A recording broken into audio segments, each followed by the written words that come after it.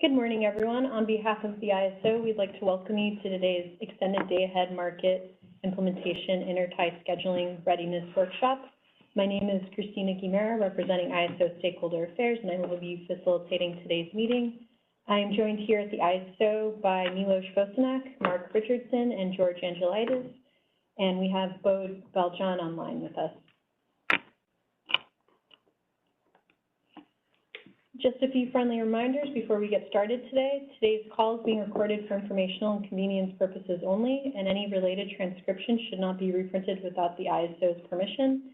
And this meeting is intended to stimulate open dialogue and engage different perspectives.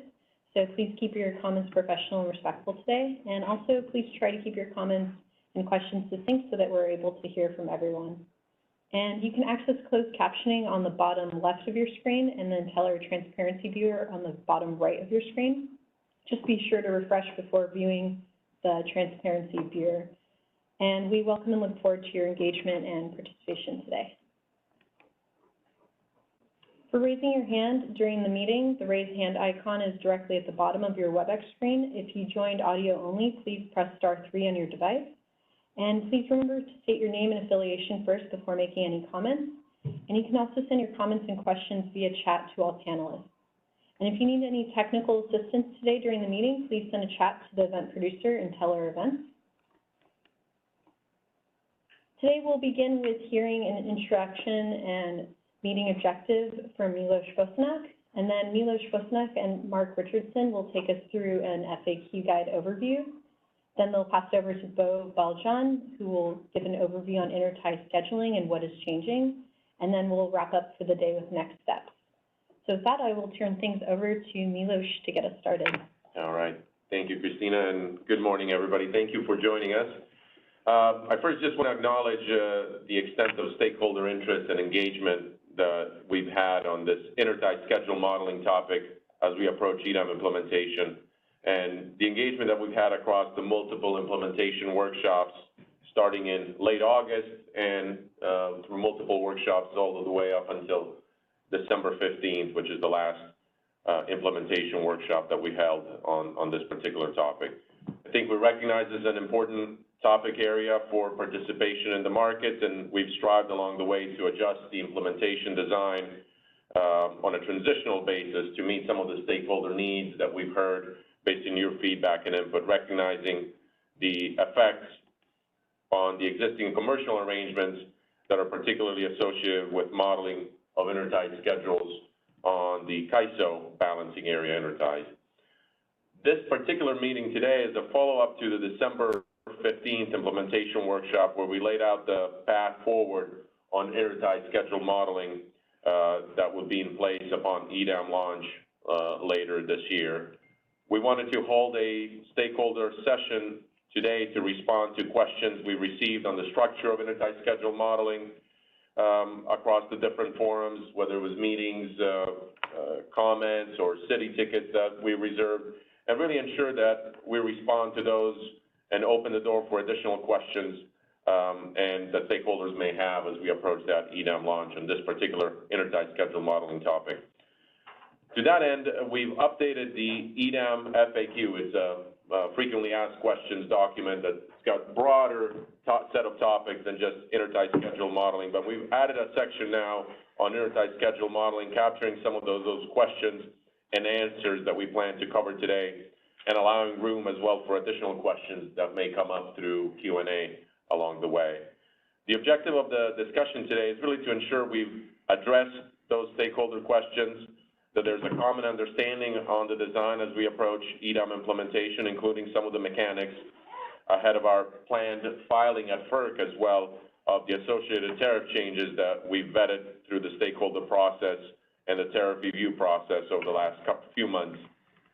And overall, the intent is really to support that EDAM readiness participation from the stakeholders.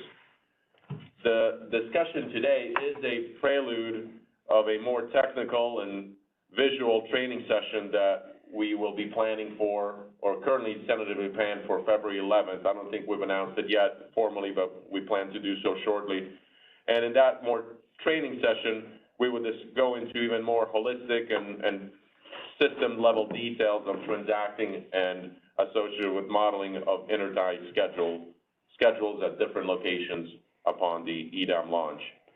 So today, what we're going to focus on really is a walkthrough of the FAQ that we posted a couple of days ago. We're going to cover some of the questions that are more general questions on the EDAM intertie schedule modeling changes that are driven by some of the EDAM launch aspects. We're going to then also have a set of technical questions more as to how resources are registered to be able to bid at those interties, how they will be treated at different locations as the bids are submitted. We have a couple of questions on the interactions with congestion revenue rights, or CRRs, that we'll cover. And then there will be a bulk of questions really that we received on resource adequacy imports into the CAISO, and depending on the location at which these are shown, how are those modeled, what is changing and what is not changing. So it's intended to be a really comprehensive set of discussions and FAQ questions that we'll walk through. There will be a presentation as well once we get to through the RA section that more visually captures some of the RA import interactions at different locations. But it's really also an opportunity for you to ask any other lingering questions that we may not have captured in the FAQ. And the FAQ is a living document, so we'll continue to update questions as we receive them. But it's really an opportunity to capture any other questions that you may have that we can answer live. We have subject matter experts from the implementation team joining us as well here, George and James Lynn, Abdul, Jamil, and others that will be joining us around the phone.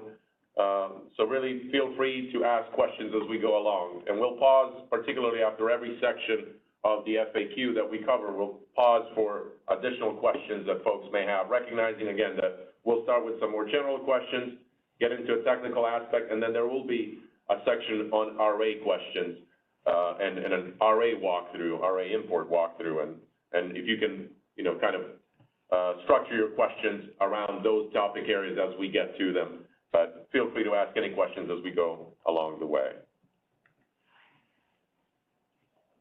Okay, anything more to add? No, well done, Miloš. Again, I want to highly encourage folks to ask those questions. This is meant to be extremely collaborative. We're here to address any clarifications needed from an external community perspective. Okay, with that, let's switch then to the EDAM FAQ. And we've sent out the link to this via an email that Christina sent from our stakeholder affairs once we posted it. This is posted on our public webpage. This is the look and feel of the broader EDAM FAQ guide that has a number of topic areas, and we continue to update it as questions come up. So this is the look and feel of that broader FAQ document. And on that front page, if you scroll all the way down, as Christina is going to show you, this is where you get to the contents section, and you can see the different topic areas. We added the new intertie schedule modeling and bidding section, which is the one that we're going to cover today. And this is how you get to it. Hopefully you have a chance to see and take us there, Christina. Okay. So we'll start with just some general questions. I'll start covering those, and then we'll switch between Mark and I. We'll switch off different sections that are more technical. And like I said, we have subject matter experts here as well to provide any additional input and answer any questions, other questions that may come up. But starting with some of the more general questions, one of them is, how does intertie schedule modeling change with the introduction of EDAM? And hopefully we've covered this by now through the different workshops and implementation workshops that we'll held, but I think it's worthwhile again to walk through it here. And that with the introduction of the EDAM, intertie schedules at the EDAM external interties, and this is the boundaries of the EDAM footprint, the intertie between an EDAM balancing area, non-CAISO, and a non-EDAM balancing area. Intertie schedules at those locations will be modeled under what we've called and talked about as the generation aggregation point or gap tie design. And this is an extension of the current intertie schedule modeling at the EIM balancing interties, and it's consistent with the design that FERC approved when they approved EDAM for modeling of those intertie schedules at those external EDAM boundary interties. In later questions, we'll cover what does gap tie design mean, but just wanted to highlight that again, At EDAM boundary interties, those external interties, the intertie schedules will be modeled as under the gap tie design.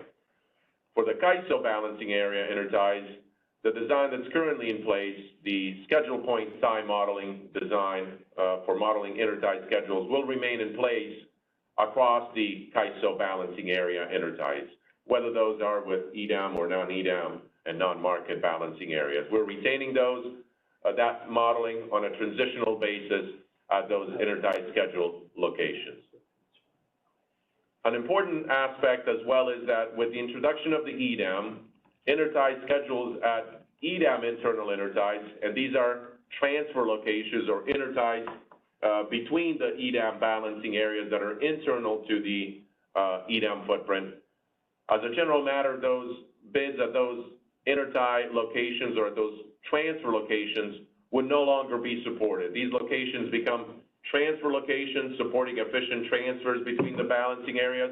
But as you'll see later on a transitional basis, there is an exception here for the interties between the CAISO and EDAM areas, or between the CAISO and Pacificor on a transitional basis, where intertie scheduling on a limited basis is allowed to continue at those locations. And later questions will capture that. But as a general matter, the intent is that as the EDAM grows and it evolves, and as we move from this transitional design, is that there are no longer bids at those internal intertie locations, because that's not a physical generator location.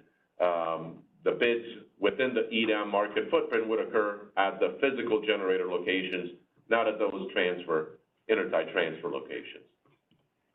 If we go to the next question, and I'll pause after I go through a few of these questions in the FAQ and may spur additional questions that folks may have after this general section on any Q&A associated with these topics.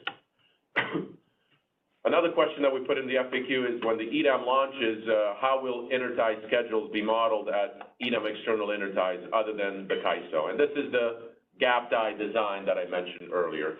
Those external interties of the EDAM footprint schedules will be modeled under that gap tie design. And what the gap tie design to intertie schedule modeling means is that intertie schedules will be modeled based on the aggregate generation associated with a neighboring non-EDAM balancing area. In effect, this models the energy injection associated with that intertie schedule as if that energy was sourcing from that neighboring non-market balancing area, and that helps ultimately assess and identify the LMP, particularly the congestion component for that gap tie intertie bid location. This, as I mentioned earlier, this gap tie modeling method of intertie schedule is already in place in the EIM today at those EIM boundary interties with non-market areas, and it's used to model injections or withdrawals at those intertie locations of those of the EIM market footprint. And so it's just being extended now with the EDAM, that same design, to the EDAM boundary footprint. If we go to the next question. Another question that the FAQ captures is, when the EDAM launches, is how will intertie schedules be modeled at the CAISO balancing area interties? And as I mentioned earlier, at the ISO balancing area interties, we will retain the SP tie or schedule point time modeling design on a transitional basis. And I'll talk a little bit later towards the end of the meeting, what does it mean on a transitional basis.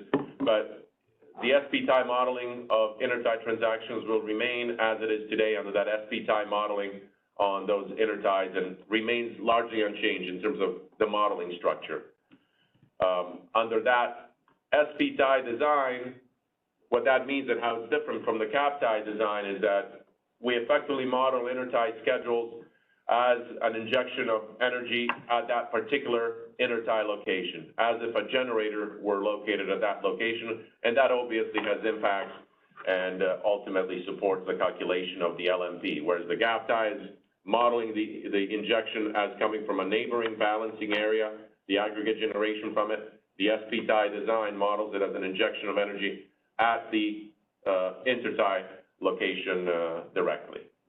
And in practice, under this particular design, scheduling coordinators can continue to bid at interties between the ISO and EIM or non-market EDAM balancing areas. They can continue to bid in the same way as they do today at those locations, and the schedules will be modeled as under that SPTI design. And at the transfer locations, at the EDAM internal interties that become transfer locations between the CAISO and the EDAM balancing area, we'll retain the SPTI modeling, and we will continue to support bids at those locations under certain circumstances, as we'll discuss later, on a limited basis through that transition period. And we'll work with stakeholders over the coming months to evaluate the potential transition to gap time modeling as well for the CAISO balancing area interties, and discuss any ancillary impacts and on commercial arrangements, the resource adequacy effects of moving to that kind of a design, as well as the impact on CRRs and any other implications that may come up. I did see, Christina, a question maybe pop up. Maybe we can pause here before we continue. Yeah, we have a couple hands raised. First in the queue, we have Carrie Bentley. Go ahead, Carrie. Power Trading Forum. Two questions. The first one, I apologize, I missed the first couple of minutes of the call, so maybe you already covered this. You mentioned that you're going to continue the discussions on these different topics, and I was wondering under what forum was that going to occur? Is that in the new enhancements policy? Is that what you're referring to, or do you mean more kind of implementation meetings?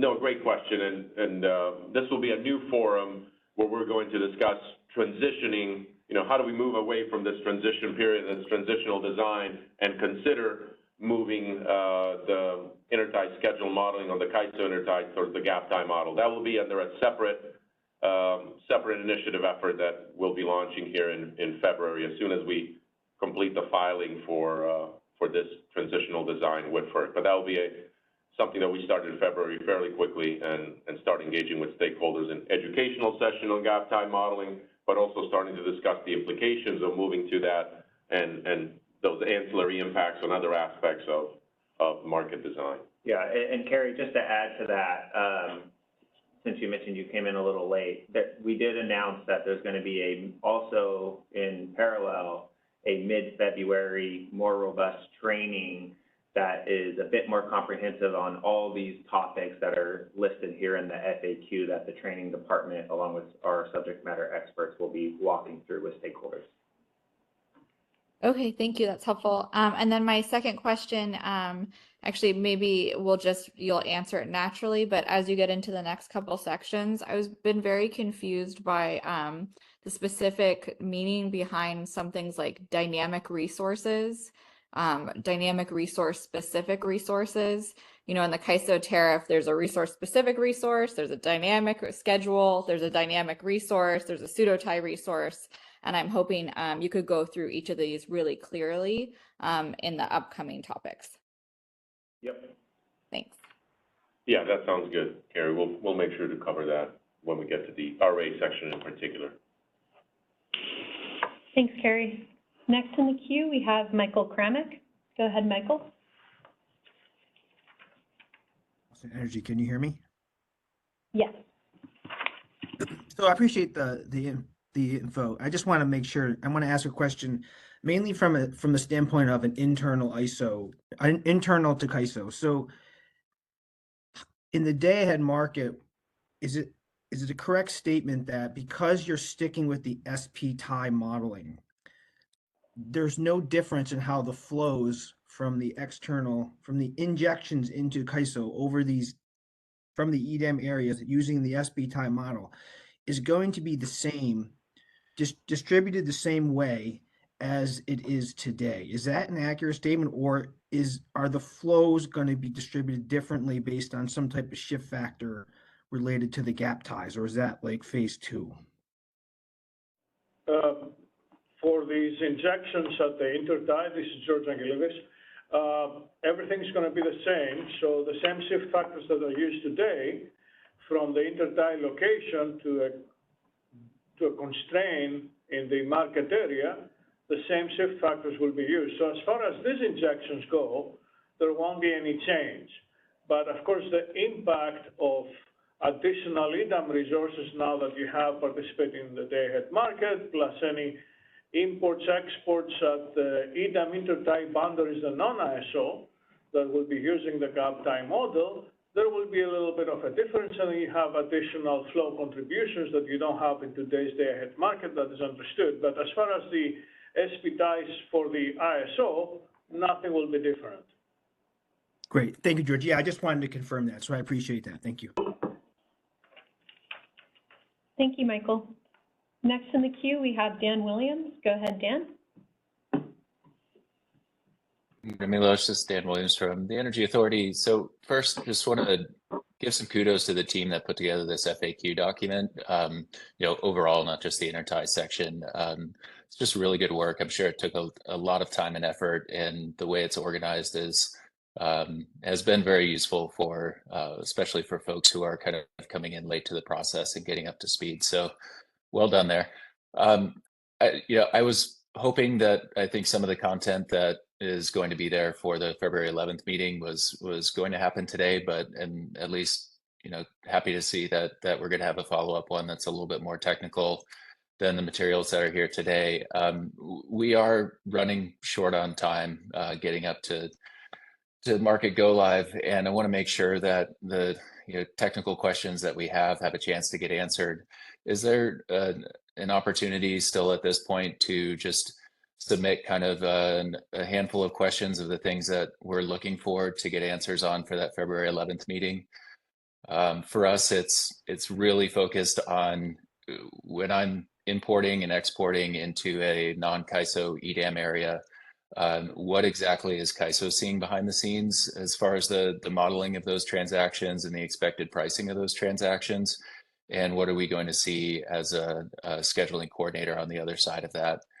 And I want to make sure that we're also covering the seam to the east of the EDAM footprint. RTO expansion is going live on April 1st, and we have not at all covered to date how transactions going from RTO expansion in and out of EDAM are going to be priced, modeled, that entire framework. No, that sounds good, Dan. Feel free to send us those questions, but also, feel free to ask those questions maybe once we get into some of those more technical sections here. Feel free to ask some of those questions. I think we've got the SMEs that are able to at least provide some initial answers for that, and would be happy to answer it, and then whatever we can answer, take it back and make sure that it's part of that training. But by all means, send it to us, but also feel free to ask it today, and we'll see how far we can take it. Yeah, appreciate that. Most of these are ones that they call for diagrams. So Okay.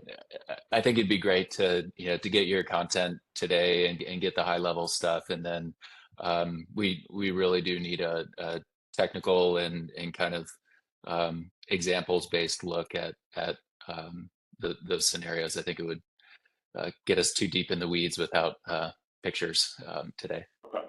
Okay. Sounds good. Yeah, and if once we get to some of these questions, I'll try to also maybe speak to, once we get into the technical area, maybe speak to that RTO aspect as well. But yeah, okay. That sounds good. Send it to us, and if anything comes up that's related, feel free to ask here as well. Sounds good. Thank you, Dan. Next in the queue, we have Steve Keen. Go ahead, Steve. From Edison. First is a piece of information / a request. You said that the date for that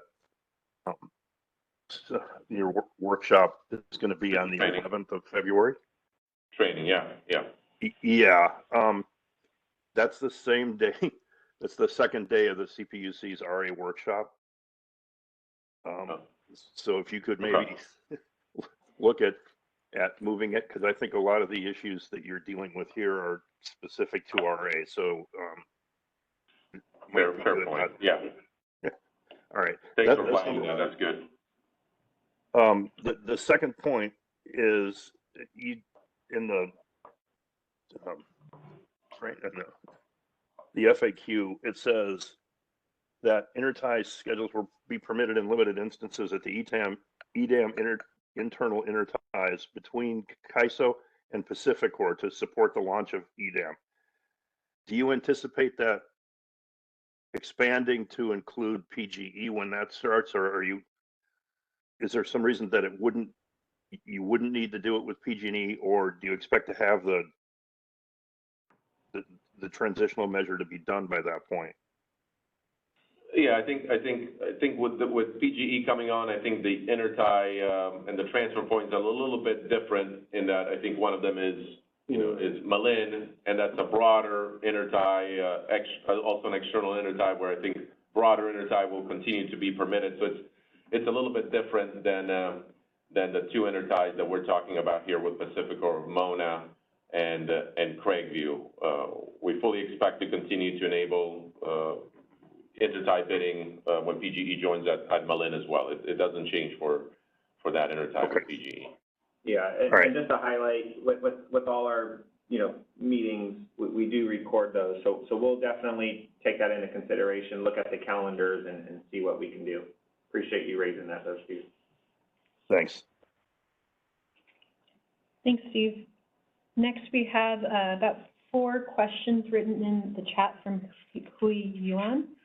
So first question is, how is the intertie represented in the full network model? Specifically, is the intertie modeled as a connection between the DGAP and the non-EDAM BAA and a physical bus within the EDAM BAA? No, the intertie is really a physical element in the network model. It will be a transmission line or a group of transmission lines that consist the intertie. It has nothing to do with the DGAP. It's really the physical intertie. The DGAP is a concept that is used in representing import-export schedules at the boundary of a balancing authority area. So the intertie is just a physical connection. Now, the combination of the aggregated point, the gap that we call it, and the intertie together, they form the gap tie construct that is used in scheduling and pricing. Thanks, George. And there's a couple follow-up questions. Mm-hmm. First one is, what is the shift factor between the DGAP and intertie? Will it remain at a 100% as it does today under the SP tie model?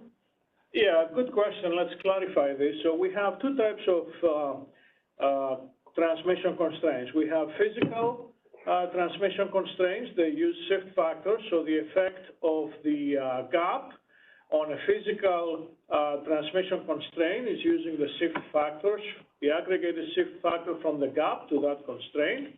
When it comes to the intertie scheduling constraints that we have, we call them ITCs or ISLs. These ones, they use schedules, not actual physical flow.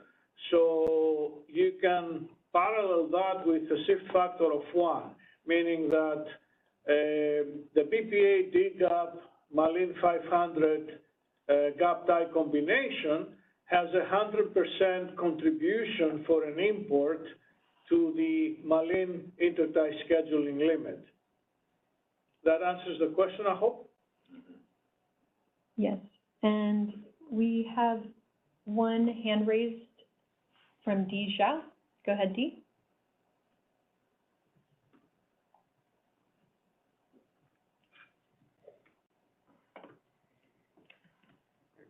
Can we try unmuting Dee one more time? Hello? Yes, we can hear you. Okay. Actually, my question is also related to the gap time modeling. Basically, I understand that the SP tie, that tie always associated the ITC in the current market. That ITC basically is modeled as the fixing line in the Fulek model. And they define the from bus and the to bus. However, we look at the document about that gap tie definition, we don't understand what is the from bus, the to bus, and also what is the fixing line to model that tie. can you give some detail? For example, give the example like Marine.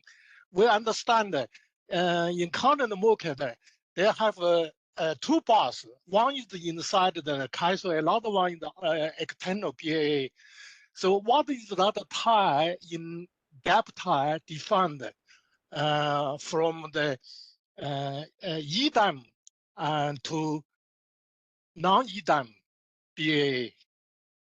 I understand that that gap no longer use the single friction unit. They're going to use the distributor, right?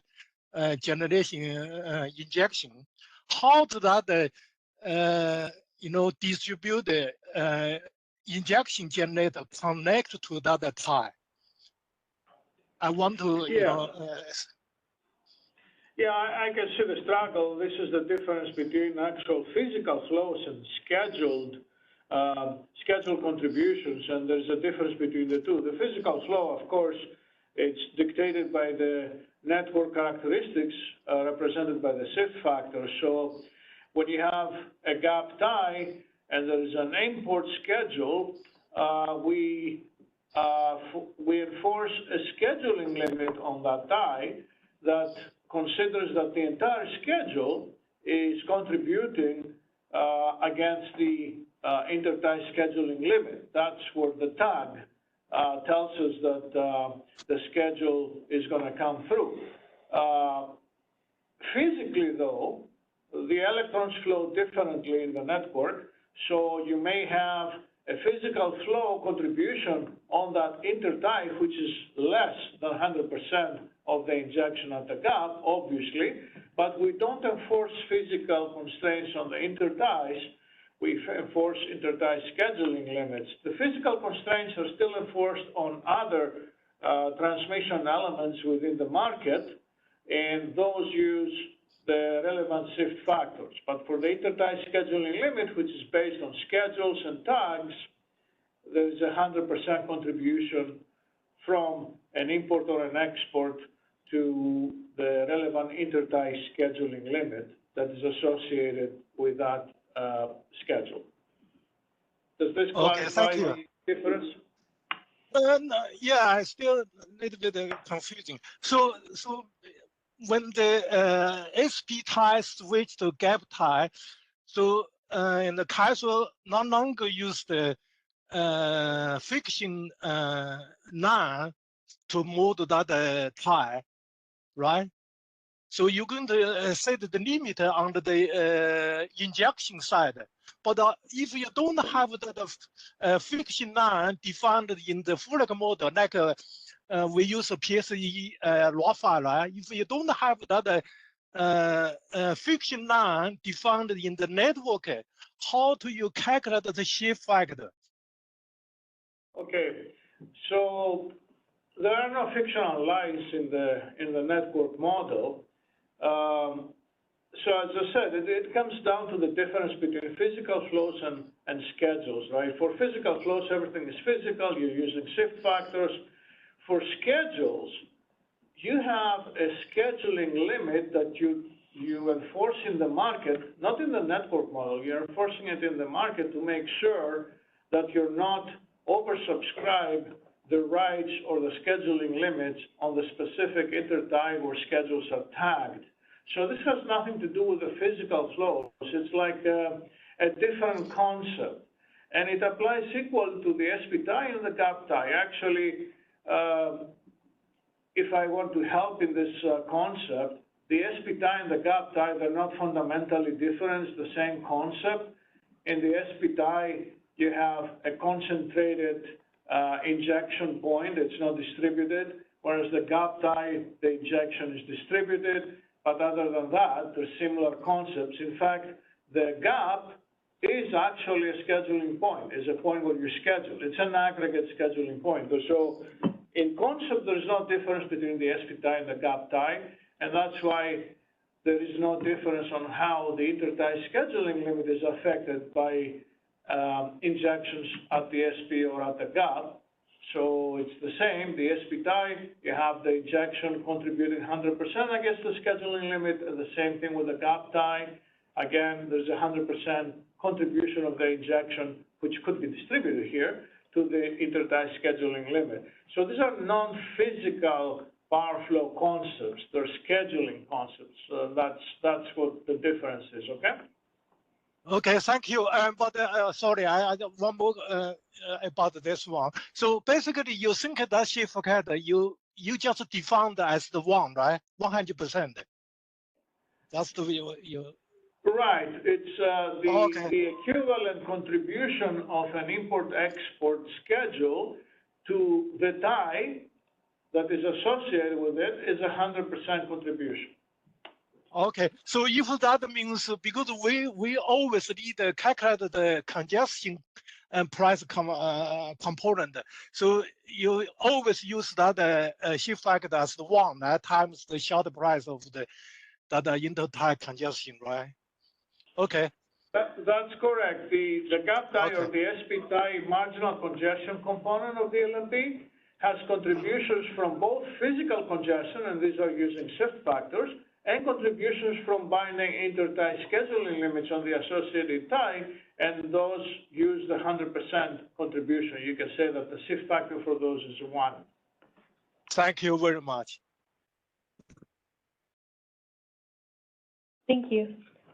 And I'm not seeing any other questions in the queue, so we can continue. Yeah, let's go to the next question. So while still under the general rubric of general questions, we'll go to the next one. So can intertie schedules be submitted at EDAM internal interties that become transfer locations between EDAM balancing areas? And this is a little bit redundant with what I covered earlier, but it was important to have that redundancy and then qualify it as well. And as I said before, generally, intertie schedules directly at those EDAM internal interties that become internal to the EDAM footprint, that become transfer locations, those would no longer be supported. These become intertie transfer locations for supporting efficient energy transfers between the balancing areas within the broader EDAM footprint. And so bids would not be submitted at those intertie locations any longer, but rather they would be submitted at the physical generators that are within the EDAM footprint. However, as we've gone through this stakeholder process and the implementation workshops, we recognize some of those commercial arrangements and the potential effects of making this change as well here at the CAISO interties where we support robust intertie bidding. And so on a transitional basis, we've noted that as an exception to that rule above, intertie schedules would be or would continue to be permitted in limited instances at those EDAM internal interties that are transfer locations at EDAM launch between CAISO and PacifiCorp to support that launch of EDAM later this year. And at those transfer locations, which, you know, the next question identifies those 2 points, but there's 2 point locations, Mona and Craigview. Those intertie locations will continue to support submission of intertie bids and resulting intertie schedules for resource adequacy imports that are shown in the annual or the monthly showing timeframe and are at those locations and are bid at those locations, as well as import schedules that are at those locations that are associated with delivery of RPS or Renewable Portfolio Standard contracts. Beyond that, beyond those 2 types of commercial arrangements, there would be no intertie bidding at those 2 particular locations that become transfer points between CAISO and PacifiCorp. And the next question gets more specifically to those 2 points and what they are, but I alluded to them, and this is, I think, consistent with what we've discussed with stakeholders thus far. I think there's a question that I saw or a hand pop up. Maybe we can take a question. A hand popped up from Carrie Bentley, but it looks like she lowered it. Carrie, if you do still have a question, feel free to raise your hand and we'll get back to you. If we go to the next one. Again, some of these are redundant, apologies for that, but we thought it was important to capture different levels of the question. So the next question is, with PacifiCorp joining EDAM, will bidding at the CAISO and PacifiCorp transfer locations be supported? And what I just said is, it holds true, is that yes, during that transition period, those EDAM internal interties that become transfer locations between the CAISO and the PacifiCorp balancing areas, we will continue to support intertie scheduling in those limited instances.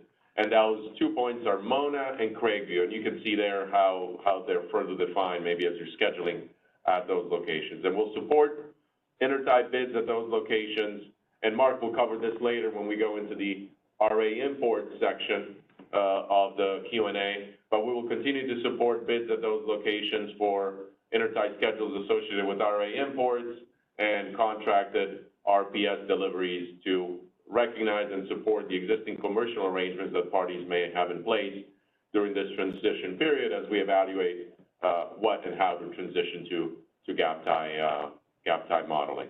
The RA import questions will, I think, qualify this a bit more. You know, for example, if you know the source of the generation prior to the day-ahead market run and it's located in Pacific Core's area, we would expect the bid at that physical location. But otherwise, if you don't know it or it's outside of the EDAM balancing area, the bid can be submitted for those RA imports at that Mona and the Craigview locations, much as today.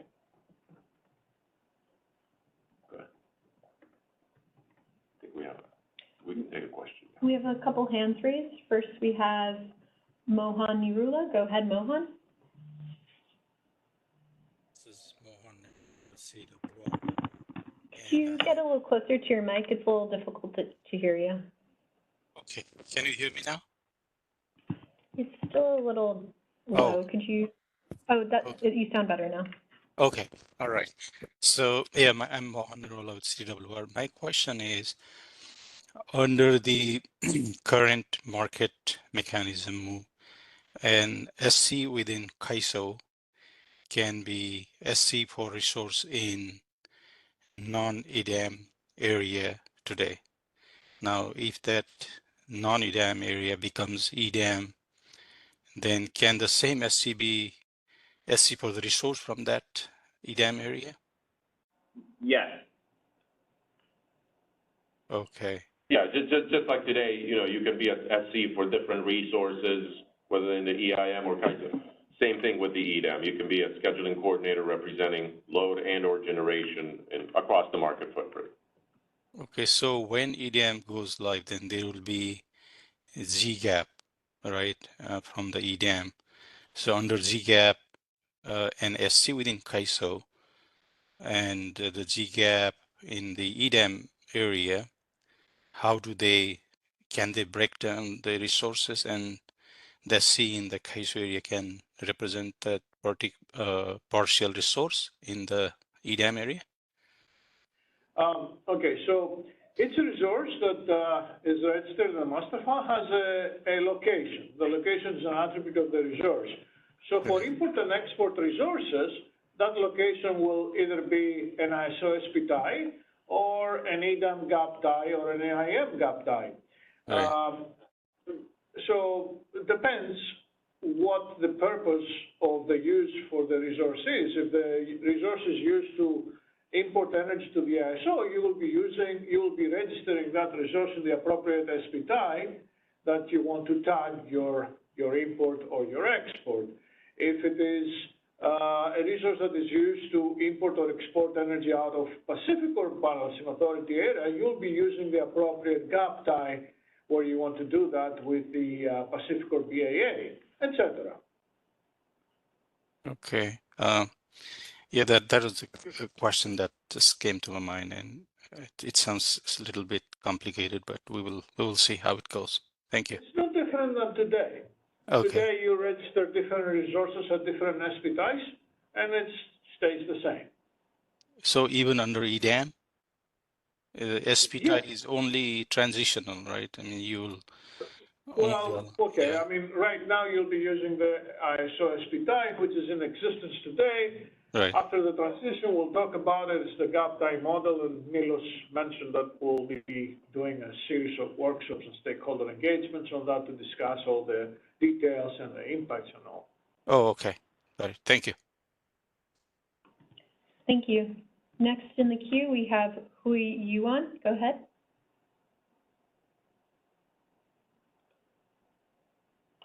Hello? You might be double. Yes, we can hear you. Okay, great. Thank you.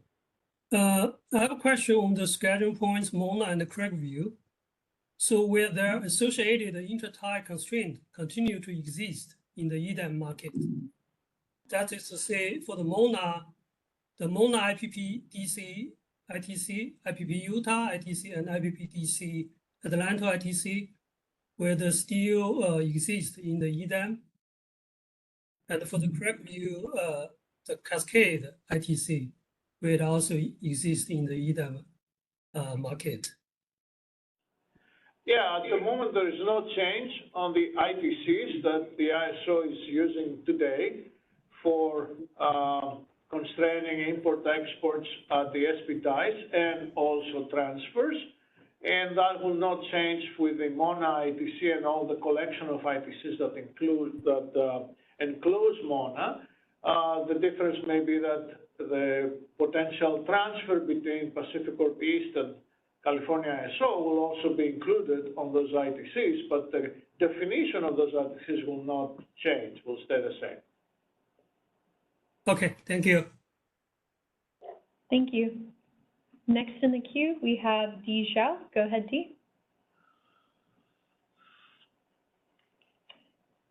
Could we please try and... Yeah, my question is about that reference bus. So right now, in the current market, we only have one BA. We just use one distributor reference bus. So when the Pacific Core joined the EDAM, now they have two BAA. So what is the reference bus in the EDAM CAISO going to use? You use two separate distributor reference for each BAA? No. If you're referring to the reference that is used in the calculation of the shift factors, yes, that reference is the distributed load in the market area. So today's day-ahead market is obviously using the ISO distributed load because ISO balancing authority area is the only balancing authority area in the market. When Pacific Corp West and Pacific Corp East BAAs join the market in EDAM, the reference will be the distributed load in ISO, PAC West, and PAC East. Okay, so we're going to continue use this concept that use the load-weighted distribution reference bus for the whole EDAM, include the two BA load bus, right? That's correct, and this is the same as today in the energy imbalance market. When we have a new EIM BA joining, the reference for the shift factors in the real-time market is adjusted to include the distributed load in that new EIM balancing authority area along with everything else in the market to calculate the shift factors.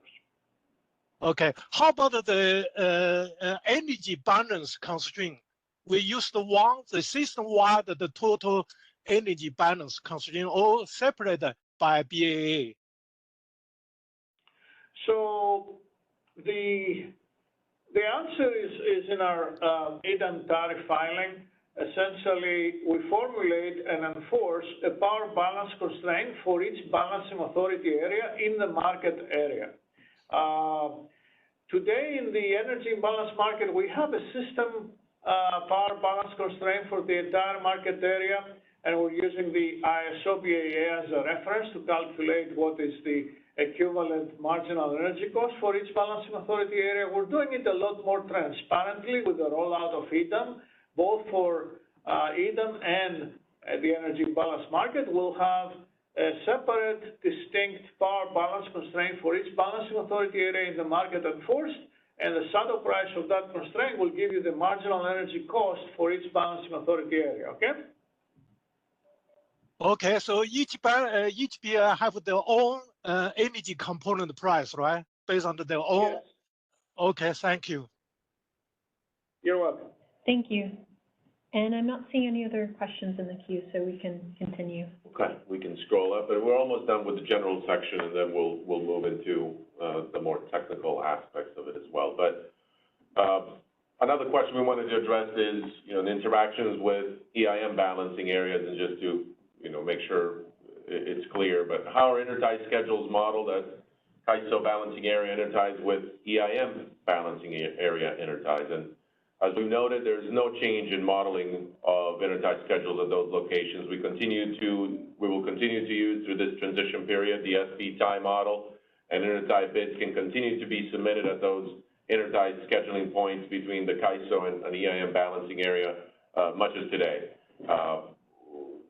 later on in the technical section, there will be a HASP section, but we wanted to note it here as well, that depending on the Intertie option, and Intertie bid option and the dispatchability of the generation that's maybe supporting it, the hourly Intertie schedules can reflect either a single hourly award, kind of a block award for the hour, where each 15-minute interval is the same, or potentially different awards across the 15-minute intervals of the hour. But the important thing is that the schedule for the HASP, for the hour ahead scheduling process, would not be further re-optimized at those locations in the 15-minute market or the FMM. And then if we scroll down to the last section, or last question of this section is, are there any changes associated with Intertie schedules at CAISO balancing areas, Interties with non-market balancing areas? So this is non-EDAM, non-EIM balancing areas. And again, there's no change in modeling of Intertie schedules at those locations. We'll continue to model them under the FP-tie model, and parties can continue to submit Intertie bids at those Intertie schedule point locations, much as today. And I was thinking back to Dan Williams' question, and I was thinking, you know, where does it fit best? And maybe I'll address it here, but I think there was a question in passing from Dan as to, you know, with the formation of RTO West or RTO expansion, does that change, or how does that impact the modeling of Intertie schedules, for example, for imports from those locations or from the RTO West? And I'll just note that we're in the process of modeling that new RTO. That's a consolidation of balancing areas. We're in the process of modeling in the full network model. I think RTO West or RTO expansion launches in April of this year, so in a couple of months.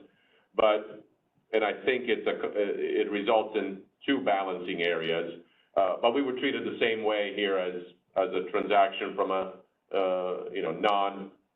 coming from a non-market balancing area. It could be used as a gap tie point location, but it would also be represented as aggregation of generation from one of those balancing areas, as if it were any other balancing area. It's just now an aggregation because it's an RTO.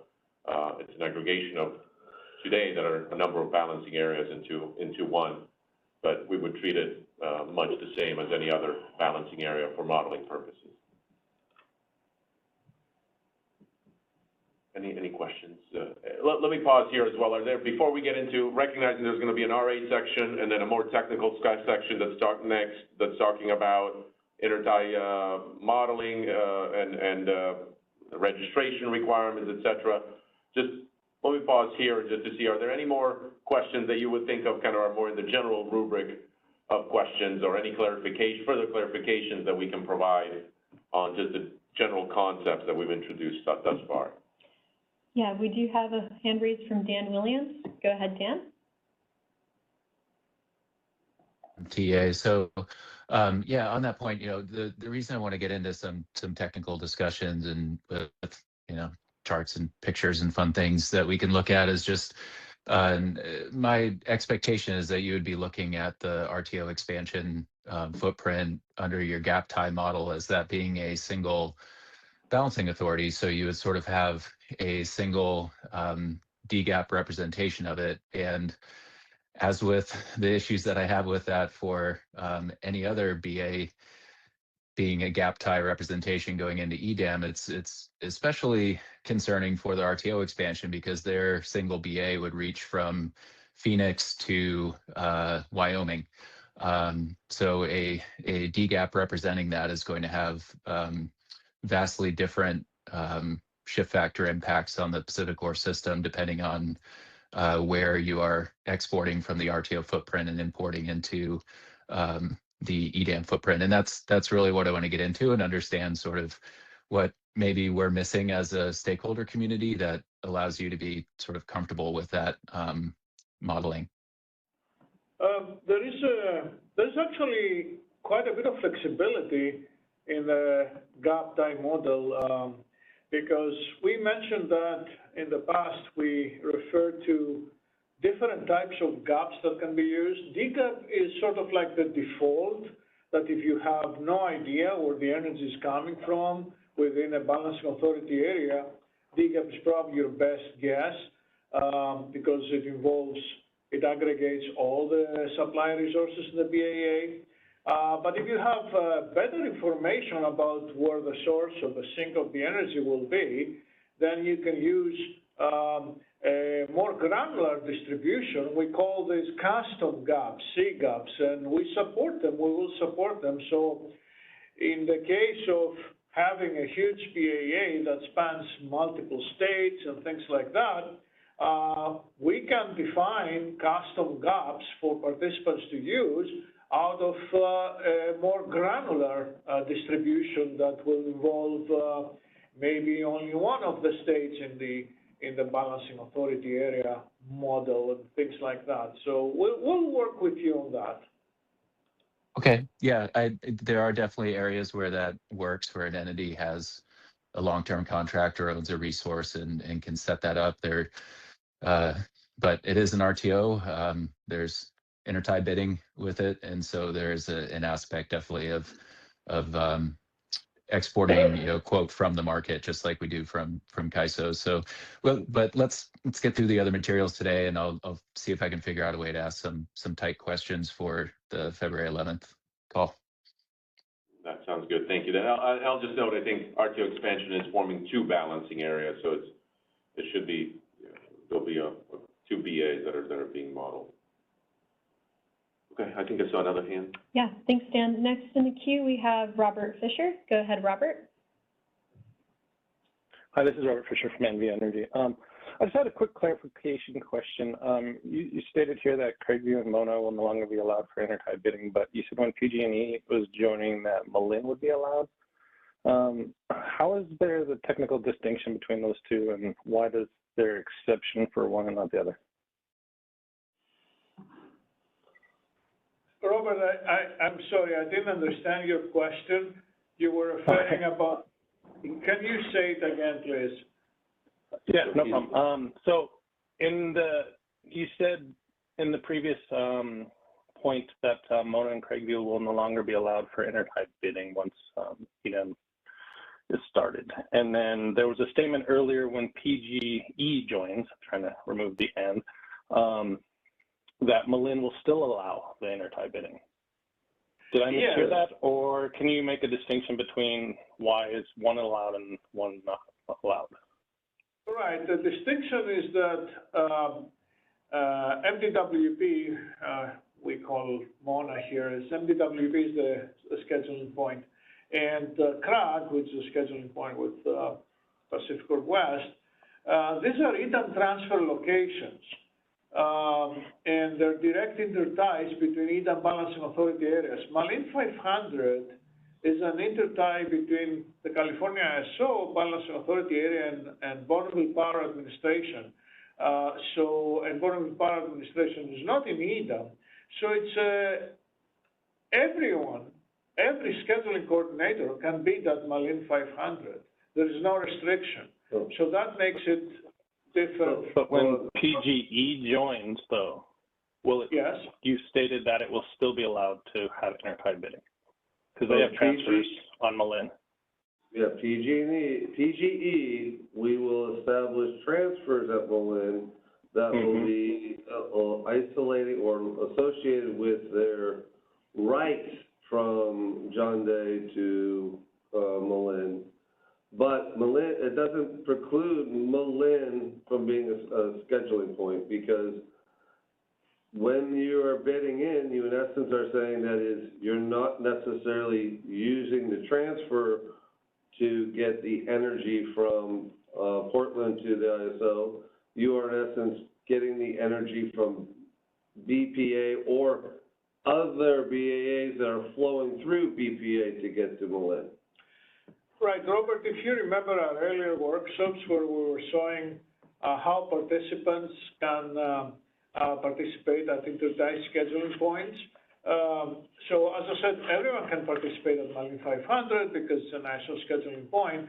Now, for PGE participants, if they want to participate at Malin 500, instead of using the EDAM intertie, transmission capacity from the EDAM intertie between PGE and ISO needs to be sectioned off to support those separate bits, like a separate pipeline. And we showed in those earlier workshops how the participant needs to bridge the schedule with eventually the eventual source of the energy, wherever it's coming from. It could be within BPA, it could be in any IFBAA connected to BPA, or it could be either the PGE. We had examples that maybe PGE is exporting out and coming back through BPA, or they're using the real-time transfer, they're using the EDAM transfer and making adjustments, buying back the schedule, and all of this. We had very extensive examples on how this can happen. But that doesn't change the fact that Malin 500 is really a separate, different SPTie than the ones we were talking earlier about Mona and Krag. External intertie. Yeah, because generally Malin 500 supports any scheduling coordinator that wants to bid there. There is no restriction. Whereas for Mona and Krag, there is a restriction, and during the transition. George, you just got cut off. During the transitional period, there is some exceptions that we will possibly get to later today, actually here. Okay. I'll wait for the exceptions and maybe ask my question a different way. Thank you very much. Thank you. And we just received another hand from Kathleen Colbert. Go ahead, Kathleen. Hi, yeah, Kathleen from Vistra. Not to belabor the point, but I'm more confused than I was before. I thought I was starting to kind of get a grasp of what we were doing. I tried to parse out nuggets from that, George. What I think I heard you say, although I'm reading into it because it's not coming across very clear, and maybe it's because we don't have great examples. But what I think I heard you said is you're making a distinction around Malin. So like earlier you clarified that any EDAM BAA that integrates into EDAM will no longer have intertie scheduling points. They will just be EDAM transfer points. Now we're talking about, okay, when Portland General Electric joins, will Malin get the same treatment or not? And I heard you say, no, you're not going to apply this, what I thought would be a consistent rule. You're going to say that there's some logic by which that's not Portland General, that's actually more of a BPA associated point, which is why you're going to allow intertie scheduling points to continue at Malin? Kathleen, the Malin 500 intertie is characterized as both an EDAM intertie, an internal intertie, and an external intertie in our tariff, meaning it has dual purpose and it can be used for either way. So it can be used as an EDAM intertie with an EDAM transfer, and it can also be used as an external intertie supporting import-export schedules into out of the ISO. So you have both of these activities potentially supported for the Malin 500 intertie. Mona and Krag are not external interties. They're only EDAM internal interties supporting generally, without the exception that you see here, EDAM transfers. That's the difference. Yeah, but during this transitional period, we will allow for specific resources to bid in at Mona and Craig as if it is an external intertie, because we're expecting the source of that energy to be wheeling through, in essence, an EDAM BAA to get to Mona and Craig. No, I think that makes sense. I think I'm very close. I have a cold, sorry guys. I'm very close, my brain's a little foggy. But I hear you, and what I think I hear you, what would be helpful as we take a step farther is that when so here's what I heard, when Portland General Electric joins, the aspect of Malin that is, there's some aspect of how Malin is being used today that we should consider is no longer going to be supported. there is an element of the available transfer capacity that will remain that can be used through intertie scheduling at Malin, but that we should anticipate it will be the ATC method will change when you no longer have the ability to schedule what you're going to assign or associate with the transfers, because that should no longer be supported once they're integrated, right? Well, we do support EDAM transfers between ISO and no, EDAM transfers, but not Malin, right? So if Malin is two things right now, then the ATC calculation is going to be determining what that available transfer capacity is associated with what would otherwise be a day-ahead transfer plus other external uses.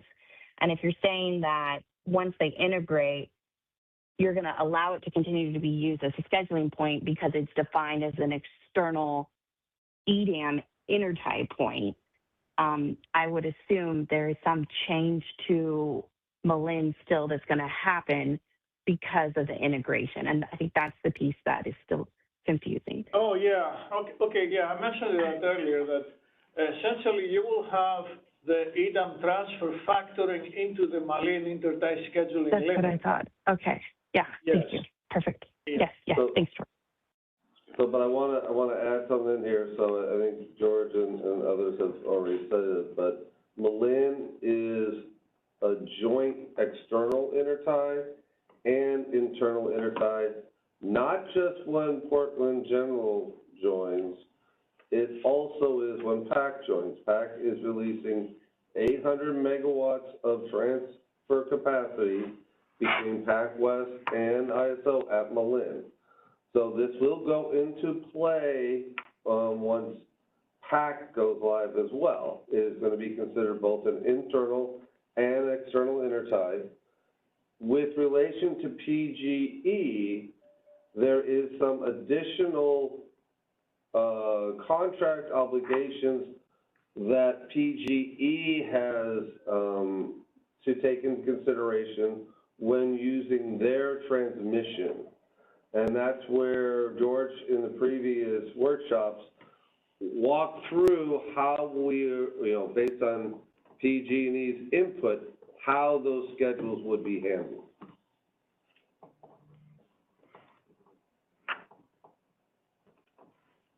Could we go to the next raised hand, Michelle Keto? Oh, Kathleen, go ahead if you had a follow-up. Division, can you tell me how the changes in EDAM and making Malin an internal transfer point and losing 800 megawatts changes the ATC calculations? Because typically you don't consider internal congestion when allocating the ATC. So have you changed the ATC calculations, and how have you done that?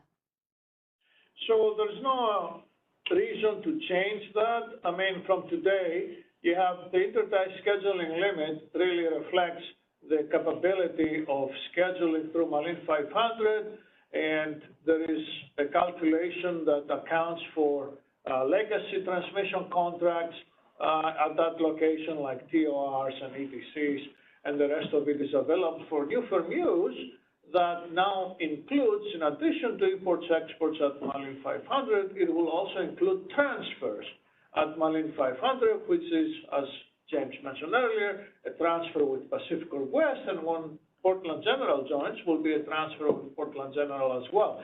So all of these constructs are going to be constrained by the Malin intertie scheduling limit, and that particular limit is not going to change on how we calculate it. Well, let me just clarify. So if if there's, I don't know, let's just say there's 2,000 megawatts available, 800 is available for transfers. Are you seeing ATC would be 1,200, or would you say ATC is 2,000? I mean, quite apart from RA contracts. Let's clarify. So you say 800 will be available for transfers. From our point of view, from the ISO side, there is no limitation on the transfers that we can have. The intertie scheduling limit will constrain all the transfers and all the imports, exports.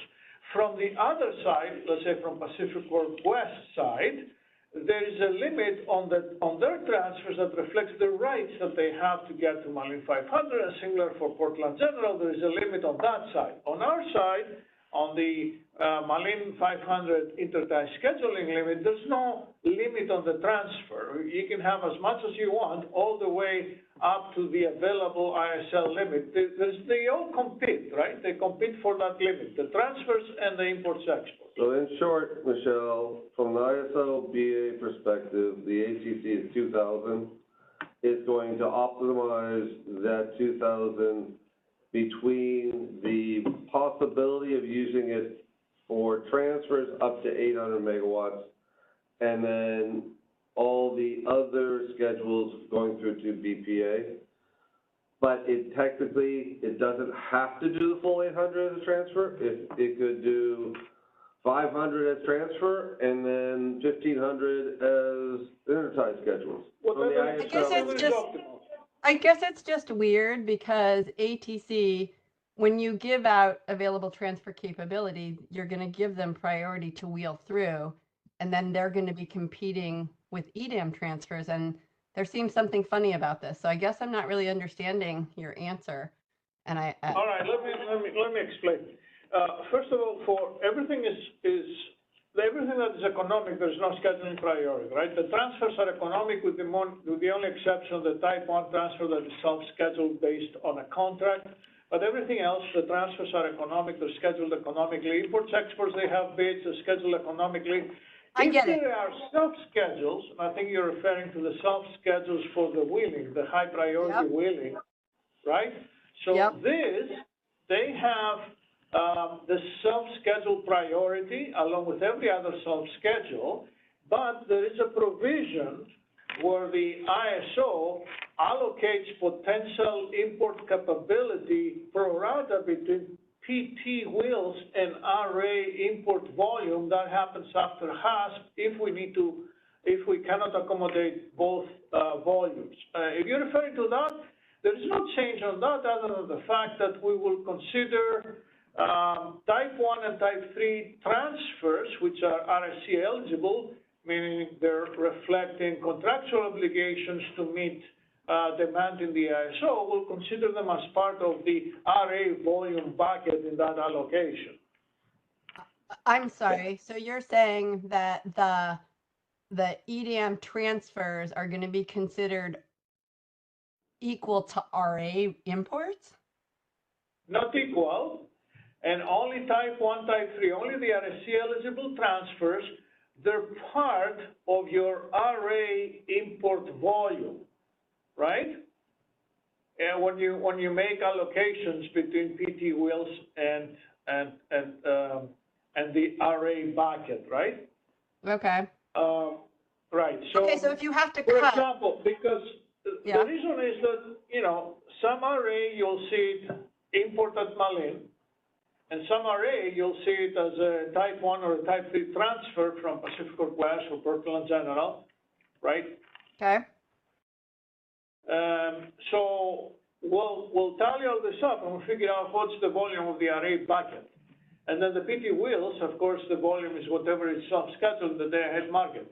If something happens between the day-ahead market and real time, and we lose transmission capacity, and we cannot accommodate those two volumes on those two buckets, there is this provision that after HASP, we're doing a pro rata adjustment, a pro rata allocation of the remaining import capability between those two buckets. So that is in place today, right? The only thing that changes is we'll include type 1, type 3 transfers on that RA bucket, right? Yeah, and Michelle, do you think you have a good sense of the type 1, type 3 transfers when you're doing the forecast of the allocation? Because I think we got it wrong this year. Are you going to include a bigger buffer? We know exactly what they are because they will be registered in the master file and they will be scheduled and released capacity on it before we run the market, actually by 9 a.m. Right. But you allocate the ATCs in the year-ahead time frame, right? No. Again, the entire import capability represented by the intertie scheduling limit is available to everybody from the ISO side. What I said is that if for some reason we have lost transmission capability because there's an outage or something between day ahead and real time. And in real time, we cannot accommodate both the PT wheels and the entire array volume. Then we allocate between the two pro rata with post-HASP adjustments. That's what I said. Okay. I'm gonna gin up some examples so I really understand this, but thank you. Thank you. And I'm not seeing any other hands raised at the moment, so we can go ahead and continue. All right, thank you, Christina. And again, all great conversation and feedback. I know we have the training team obviously listening in, and they were heavily involved in setting up this call. So some of the questions and clarifications being asked will be incorporated into that mid-February training.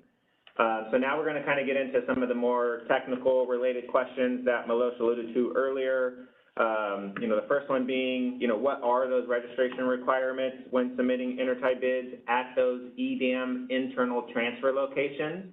Those locations, again, are Mona and Craig between PAC and ISO. Long story short, for both the import and export, the registration process does not change. To the extent you have a existing RA contract or renewable portfolio standard contract related, contracts struck bilaterally already, the ISO will continue to support bidding at those locations, and I'll get a little bit into more details coming once I start covering whether or not the source is known by 8 a.m. before the day-ahead market run and the associated RA reassignment requirement with that. So again, to register these locations, to register these interties for your scheduling coordinator, we have a ITIE ETIE registration document posted out on the MasterCall page. It's the same document that scheduling coordinators utilize today to register these intertie transactions. Let me pause there and see if there's any questions before moving on. Giving it a moment. I'm not seeing any hands raised quite yet. I'm not seeing anything in the chat either. All right. Something that I also want to make sure is clear. Today, scheduling coordinators have the capability to build what we call transaction IDs on the fly in Cyber. For both the Mona and Craig locations, those will no longer be supported. All right, let's move on. I'm not hearing any questions, not seeing any hands. So the next question, how are market schedules tagged at EDAM internal interties? Again, these are those transfer locations, Mona and Craig, between the CAISO and Pacific Corp. So market schedules at these locations are tagged much in the same way as today. The party submitting the tag will identify the associated full path, source to sink, across any associated systems with included transmission arrangements to deliver that energy to the relevant CAISO intertie, again, at Mona and Craig. Each associated BAA retains its role and function in validating and approving those tags across their systems, just like they do today. Any questions or clarifying points need to be made with that question? I'm not seeing any hands raised or anything in the chat. All right, let's go ahead. Oh, we did just receive a hand from Steve Keene. Hey, Steve. You may be double muted. Oh, there you go. Oh, okay. I'm sorry. One of the things that again, Steve Keene from Edison, that I'm trying to understand is if somebody has an RA resource that's going to be taking advantage of this, and they're going to bid that resource at Mona or Craig, then the person supplying it, somehow there has to be a transmission to get it from the actual location to that intertie point, correct? Correct. Correct. Okay. Thank you. Thanks, Steve. We have one more question from Dave Dermosek. Go ahead, Dave. Yeah, hi, Dave Dermosek from Bonneville Power. So, as I'm sure we and many other people have been active participants at the Mona Intertie for various things, just trying to kind of confirm the lineage and that there is a change. So we are used to transacting at the Mona Intertie and doing that economically or self-schedule or whatever. And I am hearing today, for what sounds like the first time, news from CAISO that this is not going to be allowed in EDAM. And also, hearing the 1 year limitation on, economic bidding within EDAM, which I think is not new news. That seems like old news to me. But it does seem like new news that the limitation on just regular old bidding at the Intertie is going to be substantially restricted to only RA. And I'm hearing hearing one of you say the kind of technical equivalent of that, meaning no more transaction IDs and resource IDs only. So can CAISO confirm that A, this is news, B, when this news, if it is, when this news was released for the first time, just because I'm a little confused and seemingly hearing this for the first time today. Dave, I appreciate the question. So the ineligibility to be able to economically bid at the associated transfer locations between EDAM BAAs was actually part of the EDAM tariff filing that was approved. We really started to get into the details from an implementation perspective with stakeholders starting in August, as Milosh mentioned, and through those conversations, due to some of the associated impacts on RA and other bilateral contracts, the ISO worked with the stakeholder community to come up with this transition period and this transitional approach to still allow for RA and RPS related transactions that economic bidding at those locations. Does that help? Or go ahead, Milosh, did you want to? Yeah, no, I'll note, and hopefully, David, this is not the first time we're laying it out today. I think we noted it both in the November and then the December workshops. Mona and Craigview are the two impacted interties that become internal transfer locations, as Mark said, and under the EDAM tariff, there shouldn't be no bidding at those locations because they're now within the EDAM footprint. But like we said, we're making an exception here for a transitional period, which yet is undefined. It's not, I think you mentioned a year. It doesn't need to be a year. We haven't yet defined how long this is going to be in place, but it is until we change it. But we would continue to, in order to support existing commercial arrangements, what we heard from stakeholders is we got contracts that for RA, for RPS that deliver to these points, and to support those contractual arrangements, we are creating this exception for RA imports that are under contract, as well as RPS import schedules that are tied to RPS contracts at these locations.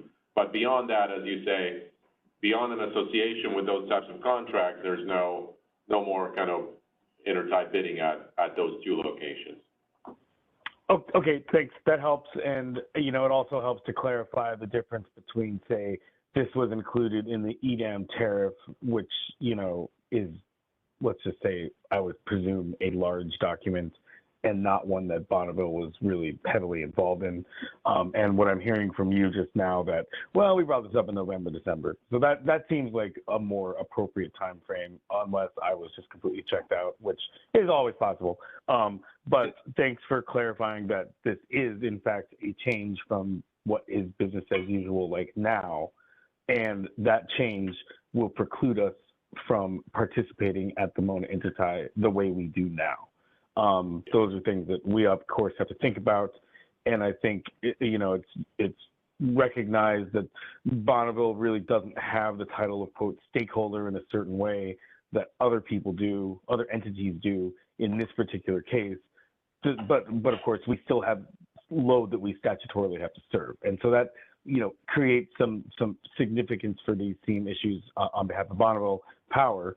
That might not be kind of self-evident with a wide variety of other stakeholder groups. So there's just some weirdness that kind of hits our desk that may not hit anybody else's desk in the same way.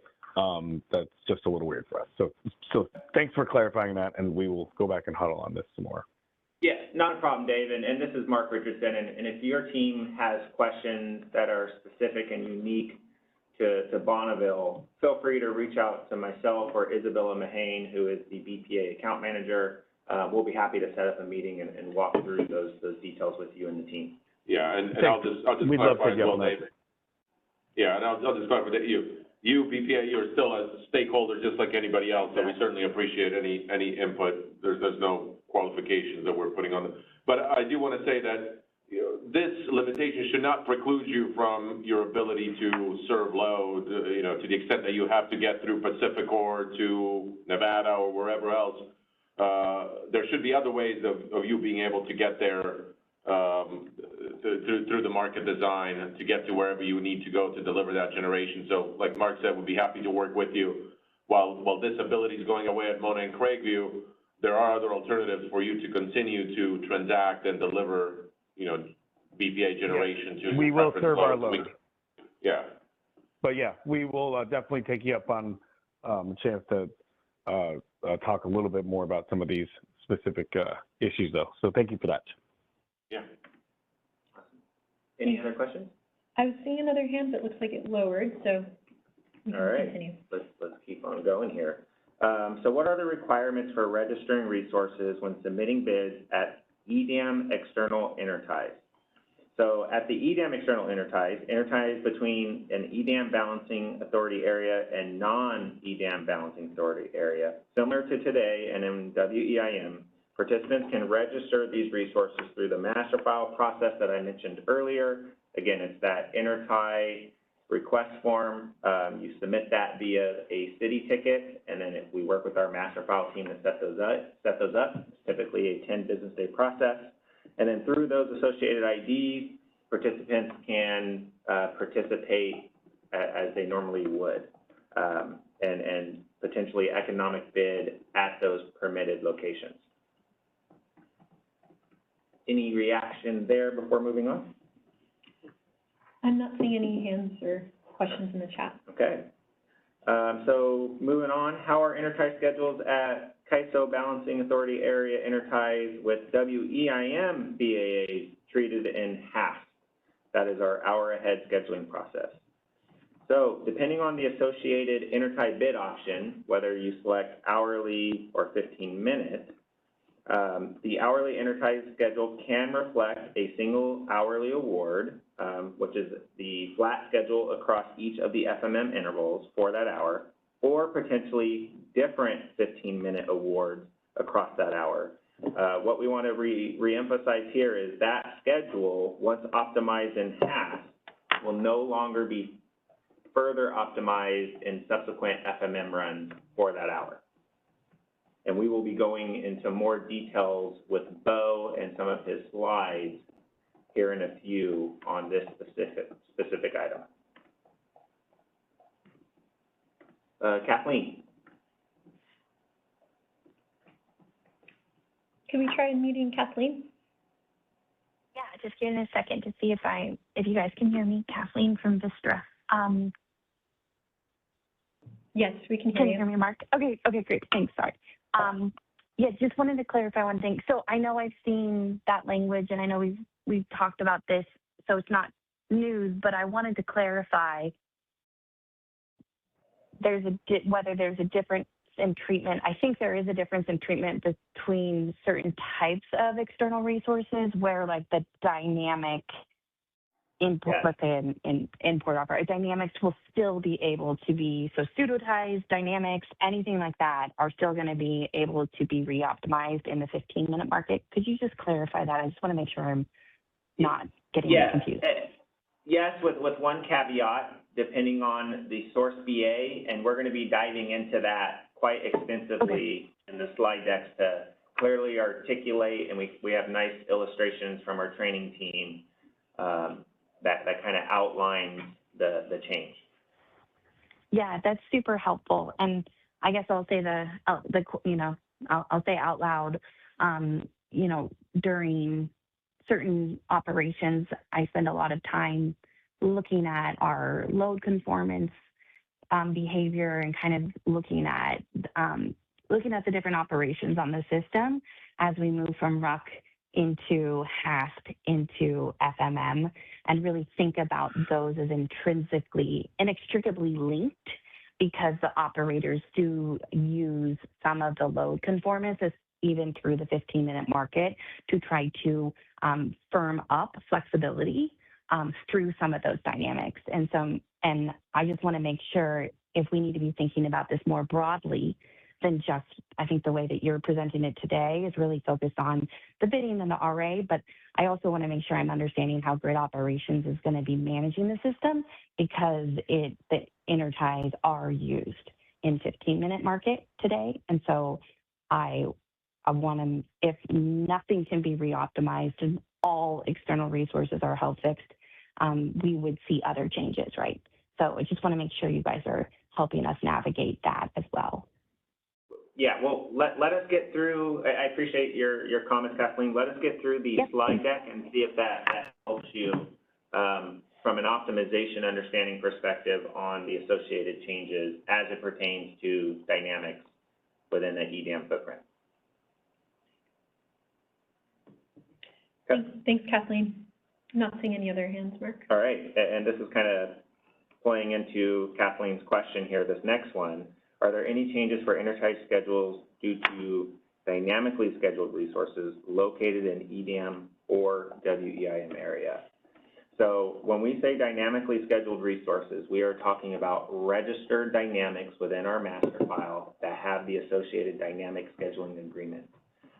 There are no changes to how dynamically scheduled resources located in a WEIM area bid and/or are optimized, right? Those are bid in at the associated CAISO intertie under that registered dynamic scheduled ID.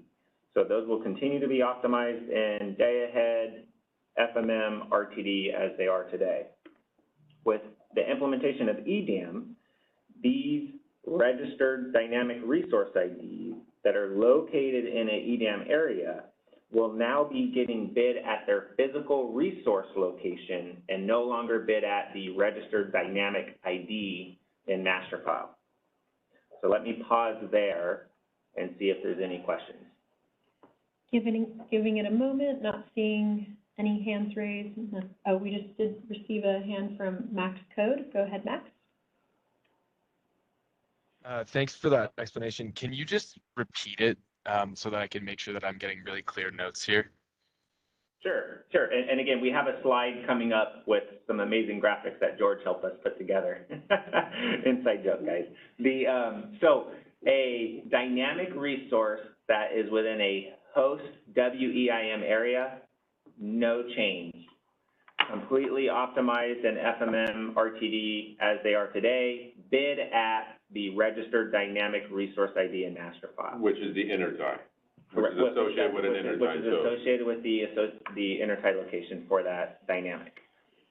And with EDAM, if EDAM is the host BA that had that registered dynamic resource ID, in tomorrow's world, that resource will be bidding at the physical registered resource ID and master file and no longer bidding at the dynamic resource ID that's associated to that tie point, and it will be fully optimized in FMM and RTD like any other resource within the associated market footprint.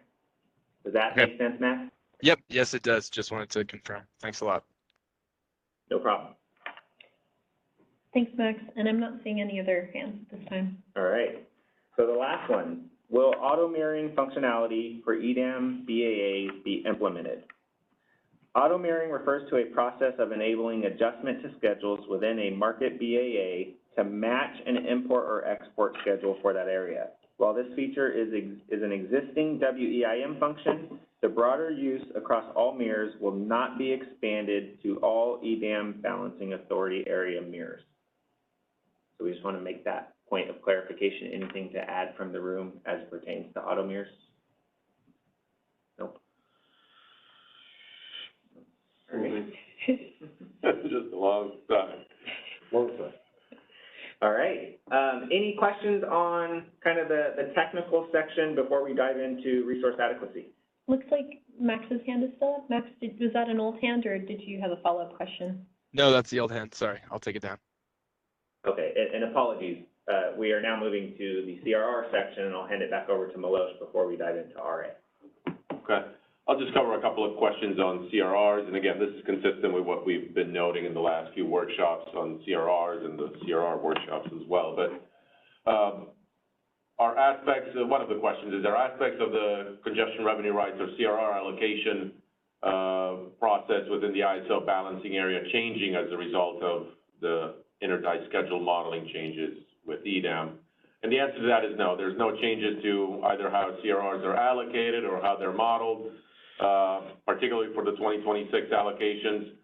Intertie schedules on the ISO will continue to be modeled under the SP time model, which is also the same way that the CRRs are modeled through the CRR process, and therefore, an Intertie schedule paired with a CRR associated with that particular Intertie should provide the same level of hedge during the transition period. And then the second question, if we can scroll up a little bit, and will CRRs continue to be allocated or otherwise available through the CRR auction at the ISO interties, including interties that become the transfer locations between the CAISO and the EDAM balancing area, namely Mona and Craigview? And yes, the congestion revenue rights will continue to model them and make them available at the ISO intertie locations, including at those intertie locations that become transfer locations, like Mona and Craigview points that we've highlighted here that are EDAM internal interties within the footprint that are transfer locations at this stage. I think we can pause for some questions. Yeah, we have a couple hands raised. First in the queue, we have Di Xiao. Go ahead, Di.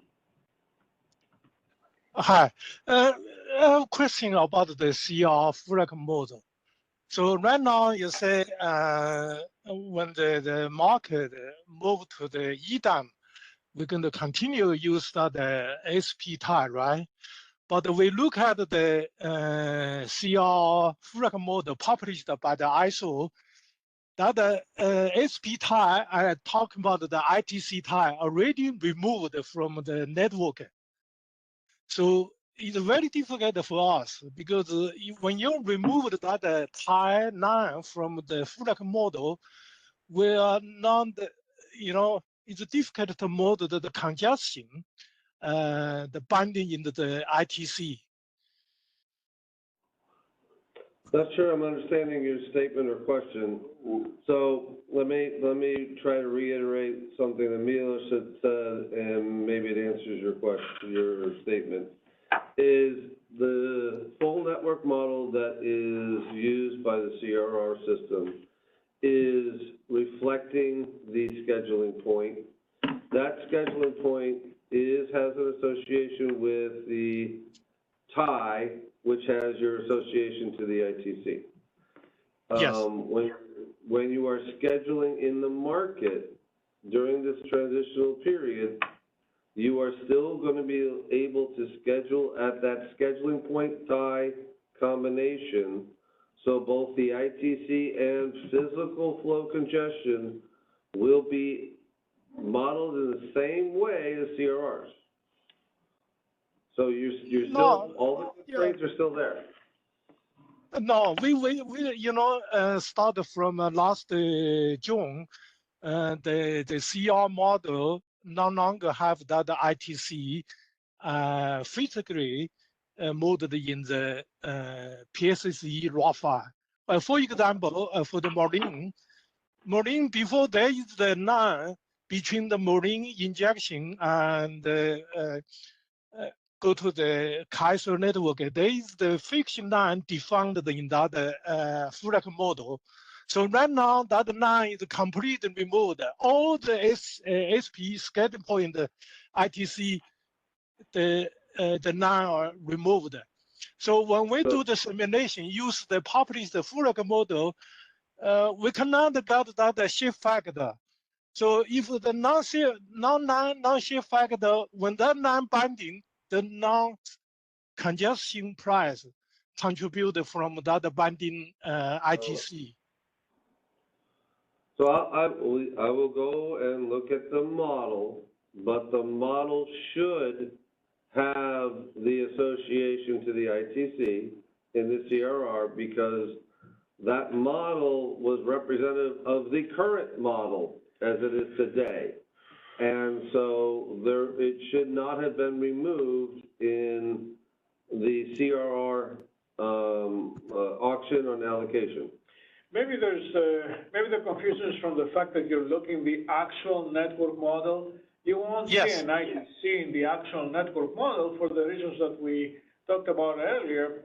The ITC is a scheduling constraint. It's not a physical constraint. So it's handled in the software in the simultaneous feasibility test of the CRR auction and the CRR allocation.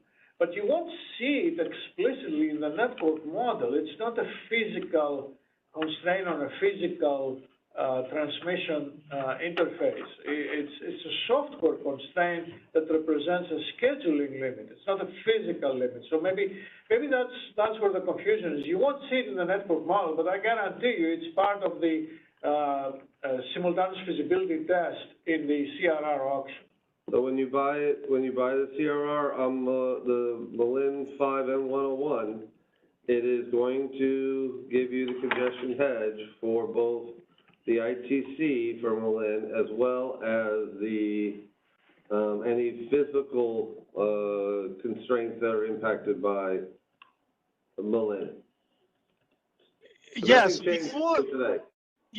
before the Frag model published by the ISO always have that ITC for all the scheduling point.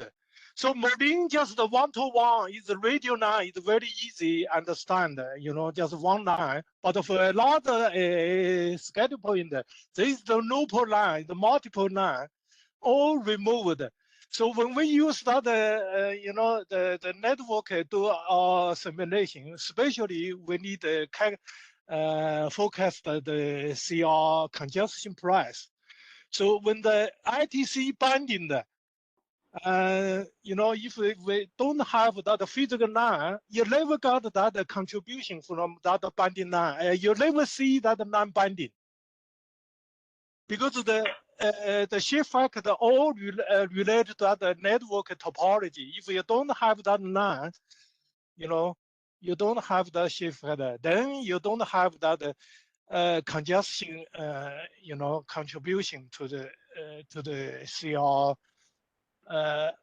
price, So we want to, the ISO to continually publish the Frag model like the old way, include that ITC line, unless you completed move to the gap tie. We don't have gap ties yet. Yeah, so but you say, we haven't moved to the gap tie for the ISO BAA scheduling. We are retaining the SP tie as we do today. So for the transitional period, the scheduling point that if Malin 5N101 is still being retained for that transitional period of EDAM go live. Yeah, but we every month we got the Frag model that they don't have that ITC defined in the raw file. I'll take this back. I'll talk to the CRR team, and we will provide you a response. Thank you very much. Thank you, Dee. Next in the queue, we have Steve Keen. Go ahead, Steve. Hi, Steve Keen from Edison. The question I have is with CRRs, when PGE joins and Malin becomes a split point, is when you get the CRR, basically, are you going to be able to get a CRR to that kind of to Malin that serves as both a transfer and an external tie, or are those going to be two separate CRRs? Single CRR. Okay, thank you. because same as Pitai. Yeah. Thanks Thank very much. you. Thank you. We have one more hand raised from Dan Williams. Go ahead, Dan. Just real quick on the follow-up on the CRR questions. Could we just make sure that that goes out to all CRR market participants so we kind of get that same information on if there's any questions around the accuracy of those files going out over the next little bit? Sure. Yeah. Okay, Yeah, thanks, we James. Can, yeah, maybe James, we can take it that they can raise it in one of the upcoming CRR public meetings. Well, let's start out. I'll go talk to the team, and we will send a response back to this group. And then if there is additional questions that need to be asked, they can raise it at the CRR team meetings. Yeah. We'll also update the FAQ accordingly, Dan. Yep. Yep, that sounds perfect. Thanks, guys. Thanks, Dan. I'm not seeing any other questions coming in, so we can go ahead and continue. So for the next section, this is probably the most interesting one for folks and probably the more technical one. So what we'll do is Mark is going to walk through the questions in the FAQ, and then we'll switch over to a presentation by Bo from our training team to, I think, more visually than convey, you know, a lot of these points, but also additional points on how RA imports will work at the different Intertie locations. So with that, Mark, go ahead. Thank you, Milosh. And big thank you to Abdul, who assisted us behind the scenes addressing some of these questions that were coming through the FAQ. So number one, will RA import showings continue to be supported at all CAISO interties? Yes. No change for how it's done today. As it is today, RA import showings will need to make sure that the associated SC and or LSC are representing and have that associated maximum import capability for that associated tie for that location that is being shown. So no change. RA imports will continue to be supported as they are today. Are there any changes to how RA imports are bid at CAISO interties with WEIM and non-market balancing authority areas? So as previously mentioned, there will be no changes. It's business as usual for those tie transactions that are sourced from a WEIM or non-market balancing authority area. Let me pause there and see if there's any questions before we kind of start getting into some of the nuances as it pertains to the host VA being an EDAM area. I'm not seeing any hands raised or any questions coming in on this topic. All right, thank you. So will bidding of RA imports continue to be supported at CAISO interties that become transfer locations with PAC and EDAM, or excuse me, with PAC and ISO at the inception of the EDAM launch? So yes, as mentioned throughout this call and in previous stakeholder conversations, during this transition period, at the EDAM internal interties, again, Mona and Craig, intertie bidding and scheduling will continue to be supported at those associated locations. These intertie locations will only support bids and schedules for contracted RA imports and contracted RPS deliveries in order to support external commercial arrangements during this transition period. These intertie locations will not support any other type of ITIE transactions and bids.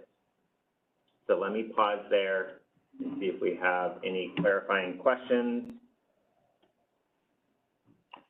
I'm not seeing any questions coming in at this time. All right. So this next one, and we have some graphics and the slides coming from Bo. Hopefully we get some questions on or some interest.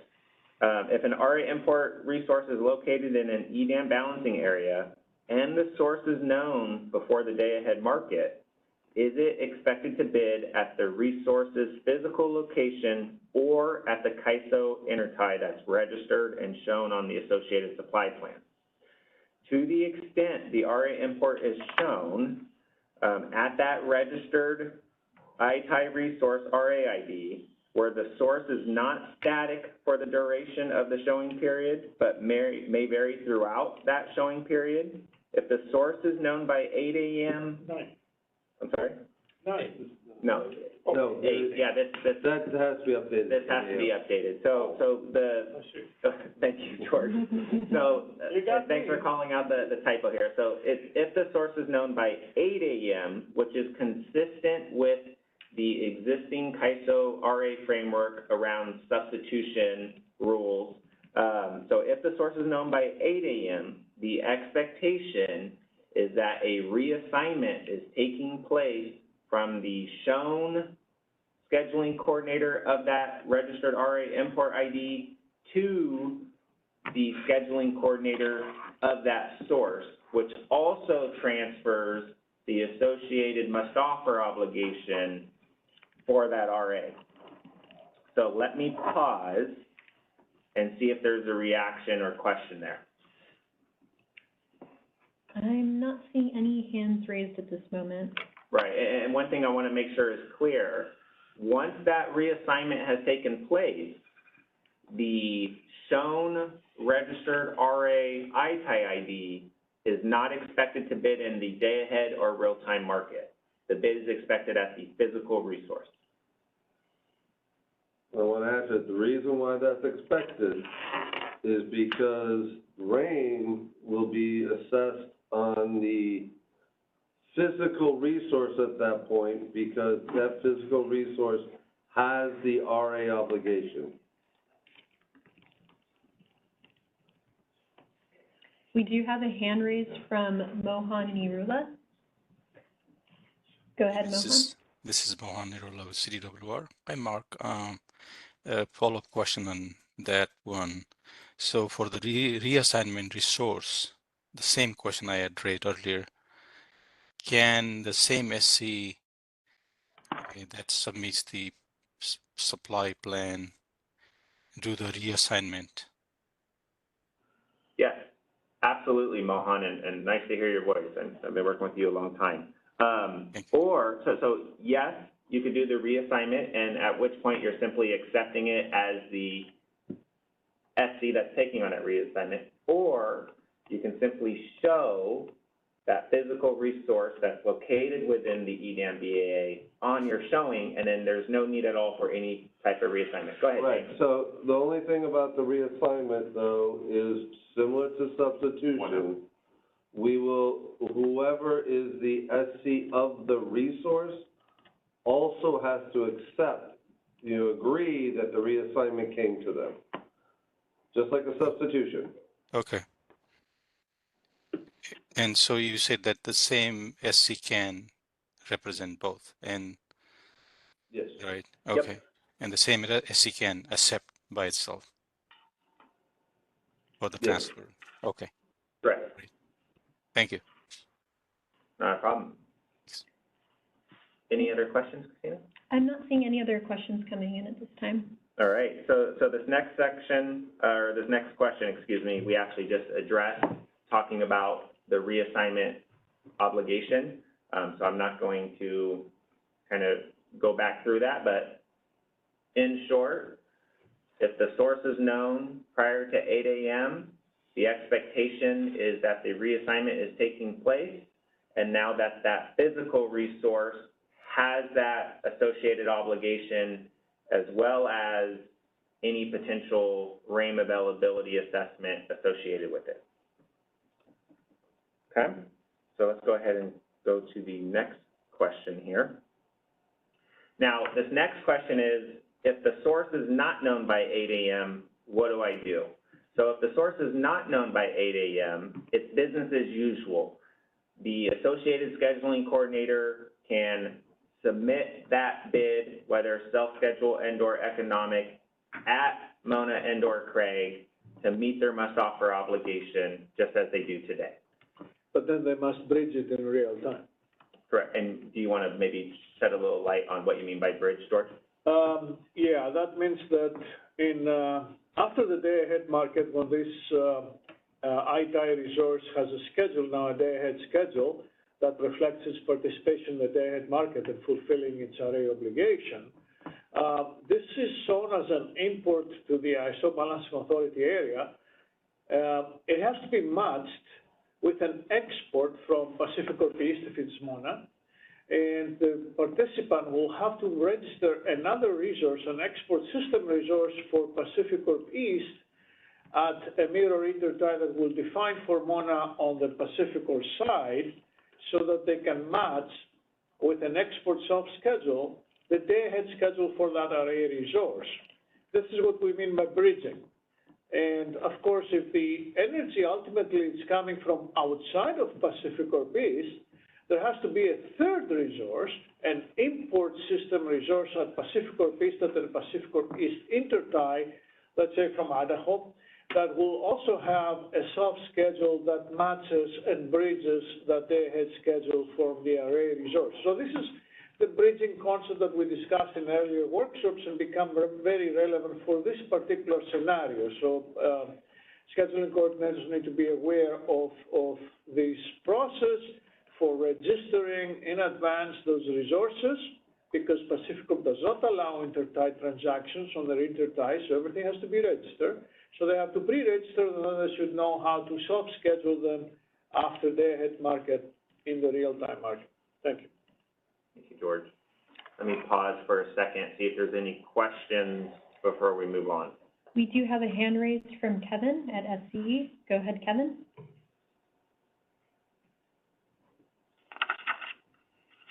Can people hear me? Yes, you're coming in a little bit shaky. Could you repeat? Is that better? Yes. Hi, everyone. This is Kevin from SoCal. Going back to a few minutes ago about reassignment. So understood that the reassignment obligation gets transferred to the generator level for the must offer obligation for what was originally an NRS RA import. So I understand must offer obligation to generally mean, offer the resources into the day ahead market, but for RA resources today, there's CPUC level rules that are specifically kind of bound how the unit could be economically bid or self-scheduled into the day ahead market. Is would those I guess PUC RA import type rules be ported over somehow on the CAISO side? And I'll bring out an example where, like, what would prevent a generator from bidding, I don't know, at the cap, as an extreme example. Okay, so I think I'm following you, Kevin. I think we're going to have to take that back. I think your question is given the associated resource, the source behind that intertie today, interties today, as everyone's aware, per the reliability requirements, BPM, have a different must-offer obligation in day-ahead and real-time as, say, a physical generator would. So, Kevin, I think your question is, for the intertie must-offer obligation specific to Mona and Craig, is the ISO extending similar must-offer obligation treatment to resources located within that EDAM BAA? Is that accurate? For a reassignment, yeah. And does that mirror what? Correct. Yeah. So I'll wait till you finish. Go ahead.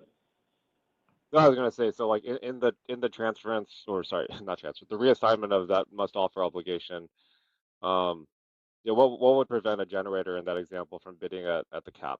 Like, and is that a concern for the market? So right now, who informs the market of the must offer obligation is CIRA. So as they do the transfer, CIRA will inform the market that it has a must offer obligation. So any market caps or limitations, as you want to say, that apply to any RA resource that bids in will apply now to that RA resource, because we will identify it, in essence, as an RA resource for that day, for that hour, and the cap and everything else should apply. Yeah, and similarly, that reassigned resource, I mean, the CAISO is not enforcing the CPUC bidding rules of whether they self-schedule or economically bid at or below zero. So I think there needs to be some communication, or at least if they don't know, for them to follow those bidding requirements to meet those CPUC rules. The CAISO is not enforcing those. Thank you, Milos. That was the heart of what I was asking. So if in that example, if there's nothing commercially or market rule put in place, who would wear the RAIM obligation if generator, bid at the cap or something above zero, and I don't know, the energy just didn't, wasn't actually awarded or available to the market? The RAIM application is in relation, the CAISO applies that, I'll start and then James and others. The RAIM application would be from the CAISO, have they met their must-offer obligation, to the extent that it's, that they meet their CPUC quality of the offer, whether they economically bid at zero or below or self-schedule, that would not be something that we would enforce, but we would apply, the RAIM based on how much do they offer. Yeah, so RAIM is very simple. It basically looks to see, did they bid, depending on the type of RA, whether or not it was flex, it would be bid. If it was generic, did they self-schedule or bid? That is the level of assessment we'll do for RAIM. We do not look at what their bid was at. Right. It's just whether or not they bid. Yeah. Understood. Thank you. And thank you. We have one more question. Yeah, go ahead. From Steve Keen. Go ahead, Steve. Hi, Steve Keen from Edison. This is more of a request. In this section, can you add some verbiage explaining the bridging process? I think that would be helpful, because I was trying to take notes and get it, but I'm not sure I did right. I think it would be, I imagine other people are in the same boat. So if you could add an explanation of how the bridging will work, I think that would be helpful. Thanks. Appreciate that. Thank you. Thanks, Steve. And I'm not seeing any other questions at this time. All right. Well, we talked quite a bit about the resource availability incentive mechanism, which is what essentially these last two questions are covering. So before we move on, and I believe there was a request to take a 5-minute break. Yep. Before we move on, I would like to see if there's any more questions pertaining to RA based on what we covered. If not, we'll come back at 11:10 and kind of have Bo walk through in a illustrative form some of the things we talked about, really highlighting what's changing from today once EDAM goes live. I'm not seeing any questions, so we can go ahead and take that 5-minute break. All right. Thank you, guys. Hi, everyone. Welcome back. Hope you enjoyed the break. We're going to be getting started again here shortly with Bo Valjean. He's going to be taking us through Intertie scheduling and what's changing in the BAA. Go ahead, Bo. Great. Okay, great. Good morning, everyone. Bo Valjean here with the ISO. So I'm fairly new to the customer readiness training team, but happy to cover a kind of a illustrative, I guess, summary of what we discussed. We're going to go and talk about mainly what is changing and highlighting what really is no change to the existing process during the transition period here with respect to EDAM implementation. So focusing on Intertie schedules at the CAISO BAA Intertie boundaries, we're going to be looking at 3 categories of resources with respect, again, to Intertie schedules. So we'll be going over pseudotie resources, dynamic resources, and non-resource specific import interties. And kind of illustrated throughout these 3 categories, we've got some tables created for you to kind of highlight the potential changes or not with respect to resource adequacy imports to the CAISO EDAM BAA. Next slide, please. So for, I guess, illustrative purposes, we color-coded here the different types of source areas. So in green would be the Western EIM area, in yellow EDAM area, and then in orange would be non-market area. All this syncing at the CAISO EDAM BAA interties. Next slide. Thank you. And then just using some icons here, a green check mark means no changes with respect to how things are currently done as of today. The exclamation point icon would signal basically drawing your attention to a potential change to support basically EDAM. And then kind of the not permitted, I guess, icon there is non-applicable or not supported. Next slide, please. Okay, so in terms of feedback we gathered over the last couple months, and just wanted to refresh everyone on the current design approach. And we have, I think, a list of reminders that we already discussed in the last couple hours. But if we go to the next slide, we'll read through those again. So we already somewhat talked about this, but during this transitional period, following approaches that obviously have been agreed to and taken into consideration. So one, we're retaining the SP-tie modeling on the ISO interties with non-EDAM areas. Two, we're continued support for CRRs at all CAISO interties, including the interties with EDAM entities. And last but not least, continued support of existing modeling and pricing at CAISO interties in the HASP. Next slide, please. Okay, I got two transitional slides here, so if we want to skip one. So what is changing? Talking about pseudo-tie resources. So let's bring up the next slide. So happy to report for pseudo-tie resources, no changes to how things are currently done. Whether the ITI schedule supported from pseudo-tie resource from an EDAM area, Western EIM area, or non-market. No changes forecasted. So next slide. Dynamic resources. So let's look at the three different types of areas. So if we go to the next slide. For any ITI schedule supported by a dynamic resource coming from a Western EIM area or non-market area, no changes, again, as to how things are currently performed. I think I went over the table a little bit fast on the previous slide, but just highlighting the different categories, the different processes below in the table here. The first two columns really covers the RA component of this. So with respect to having an RA obligation and reassignment or not, but obviously these are non-applicable in these instances. But a green check mark means no changes. So throughout the day ahead market, HASP, SMM, RTD tagging, and settlement processes.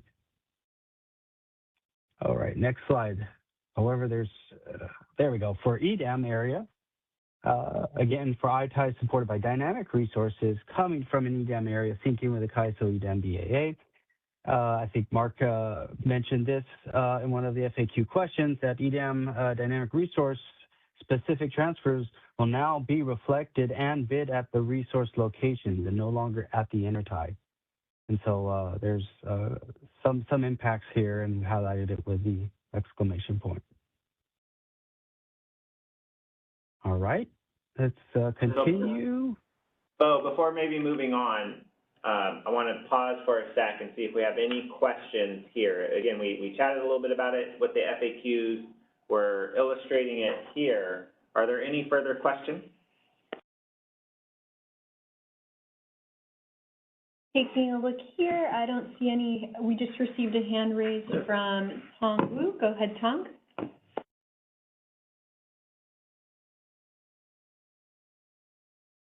About pseudo-tie. You said there's no change between EDAM entity and the ISO. The import export will be replaced by transfers. Do you see that as a change, or you don't see that as a change? Tom, you cut in and out. Can you re-ask that question? Sorry. Okay, let me put my headphone on.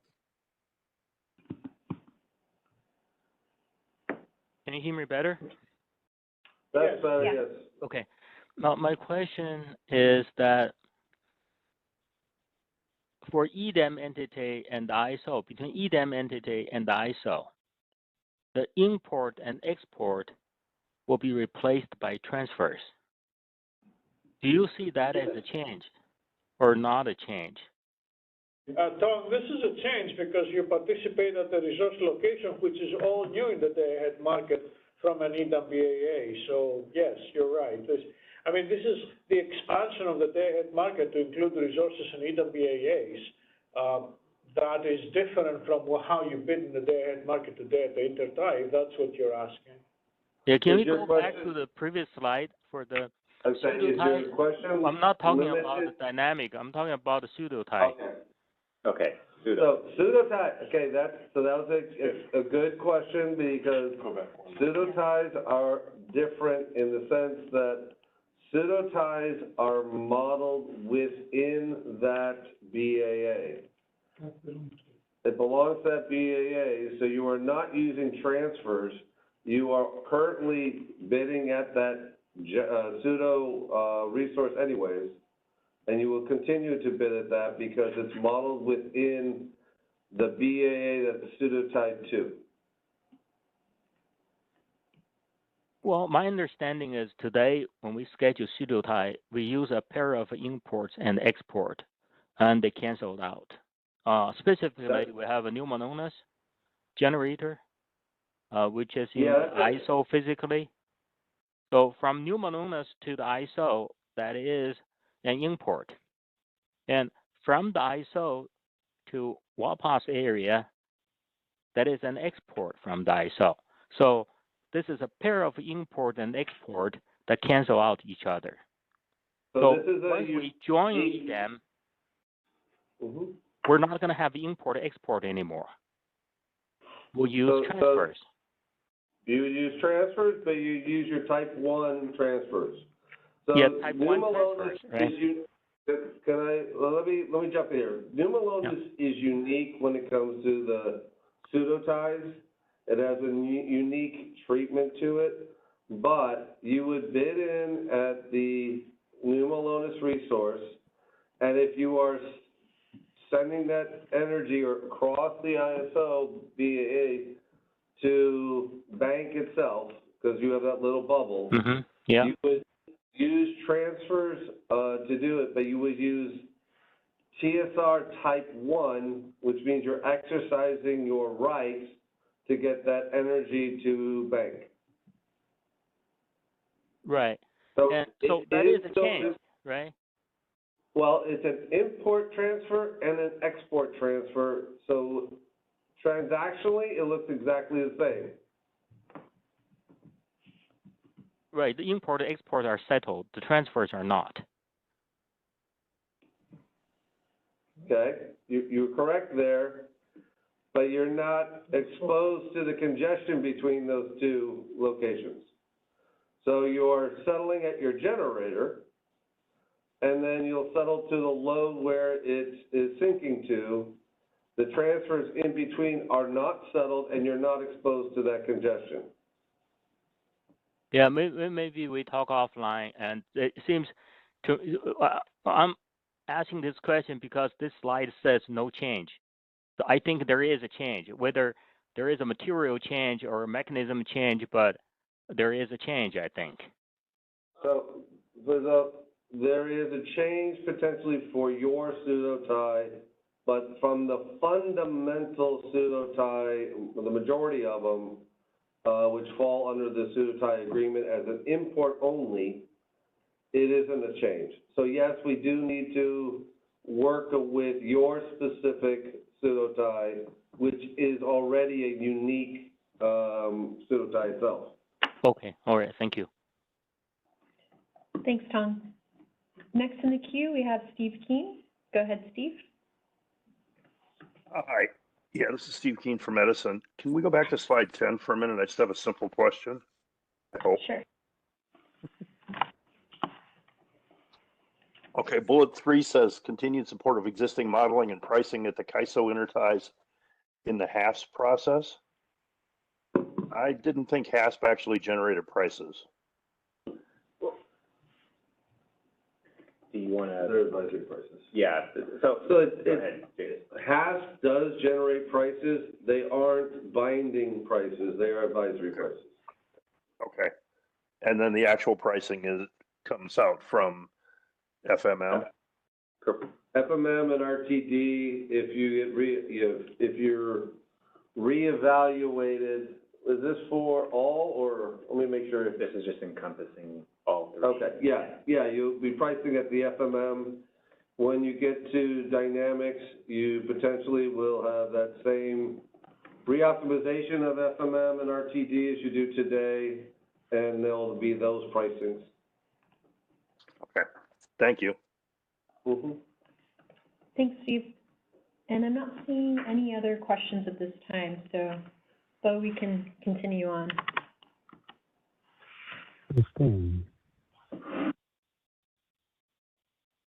Okay. Right, so let's go to the next slide. I think have one more. Yes, non-resource specific ITIEs.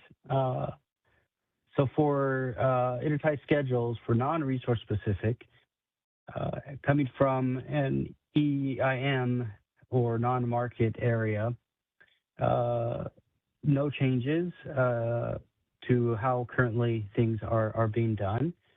However, on the next slide, for non-resource specific ITIEs from an EDAM area to the ISO EDAM DAA, a couple things to highlight here.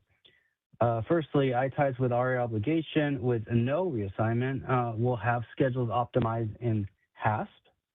And I'll kind of drive your attention to the first, I guess, row of the table there with the asterisks, notably in the HASP column that must self-schedule according to the EDAM BA market rules of scheduling on that.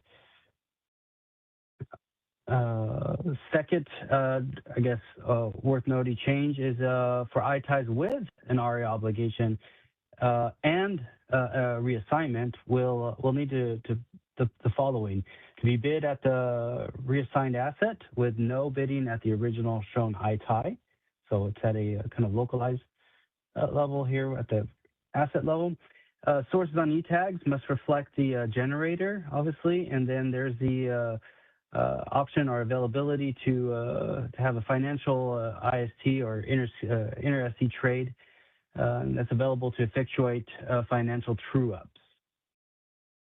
Lastly, in terms of icons here, not applicable or not supported.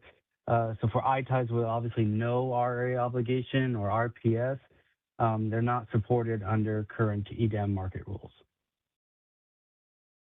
Again, this is for non-resource specific. Okay. All right. So it looks like we're receiving a couple of questions here. First, we have a hand raised from Mohan Nirula. Go ahead, Mohan. Yeah, this is Mohan Nirula with CWR. So question on the first line there. RA obligation, but with no reassignment. I thought RA resource will have to have reassignment in the day-ahead market, right? No, only if the source is known prior to 8 a.m. Oh, okay.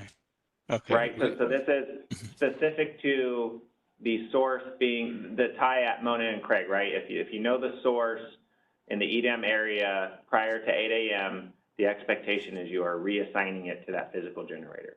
If you do not know the source, it's business as usual at those two locations, with the exception of the associated bridge that we will provide more clarity on in the upcoming training, and we will append the associated FAQs. Okay, got it. Thank you. Thank you, Mohan. Next in the queue, we have Bonnie Blair. Go ahead, Bonnie.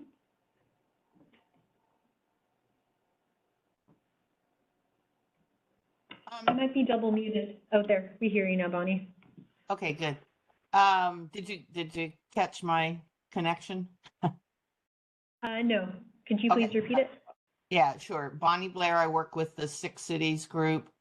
A question about when you talk about only having this option of scheduling it on an intertie basis if you have an RA obligation.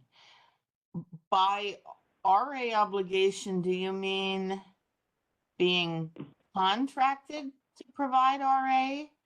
Or do you mean being shown, being included or shown on an RA showing for a particular month? And I have a follow-up depending on the answer there. Yeah, thank you, Bonnie. Mark Richardson here. So good clarifying question. From an RA obligation perspective, we're looking at what is shown on the associated supply plan in the CIRA tool. Okay, so. But however, before you ask that follow-up question, Bonnie, we did say for Mona and Craig that if you have an RA contract or an RPS contract, you can continue to bid in at those locations. This is addressing stuff to deal with reassignment if you have a true RA obligation that has been shown. Okay, so the follow-up question is, wouldn't that mean that you would have a different scheduling process for a resource contracted to provide RA, depending on whether it was included in an RA supply plan during a given month? Yes and no.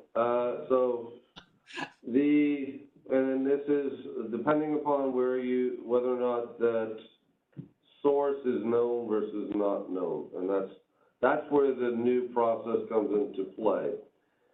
If you have an RA contract and that resource was not shown, you can continue to bid as an import because we know you have a contract to meet a load.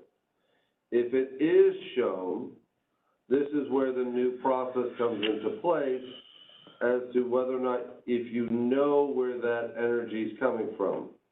If you know it's coming from a resource within the EDAM BAA, you need to reassign it to, you should reassign it to that resource so that we ensure that the energy is counted basically once.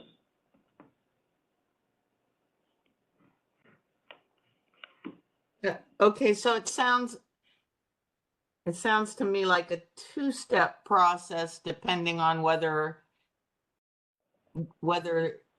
a resource is shown for RA on a supply plan or a resource plan or not. Yep. Okay. Yes. Okay. Thank you. There will be also, there also is a bridging element of it, but we should outline all of this in the FAQ. We'll provide more clarity, Bonnie. Okay, thank you. Appreciate it. Thank you, Bonnie. Next in the queue, we have Kevin from SCE. Go ahead, Kevin.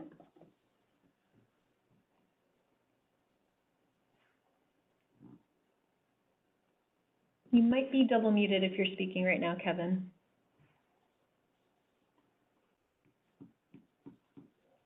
Can we try unmuting Kevin one more time, please?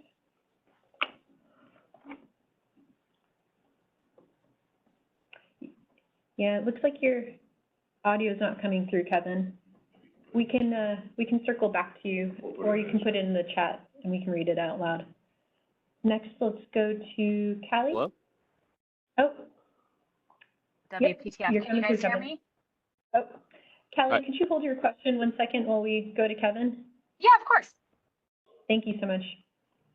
Sorry about that, Callie. Well, I'm not gonna make it quick. I have like 4 questions. First question, going back to the EDAM, source specific reassignment, is that a requirement or an expectation for EDAM for just this transitional period, or is the EDAM going to become like a hard reassignment deadline post transitional period? I said that backwards. Is the expectation for that like post transitional period, or is it also a requirement during this transitional period?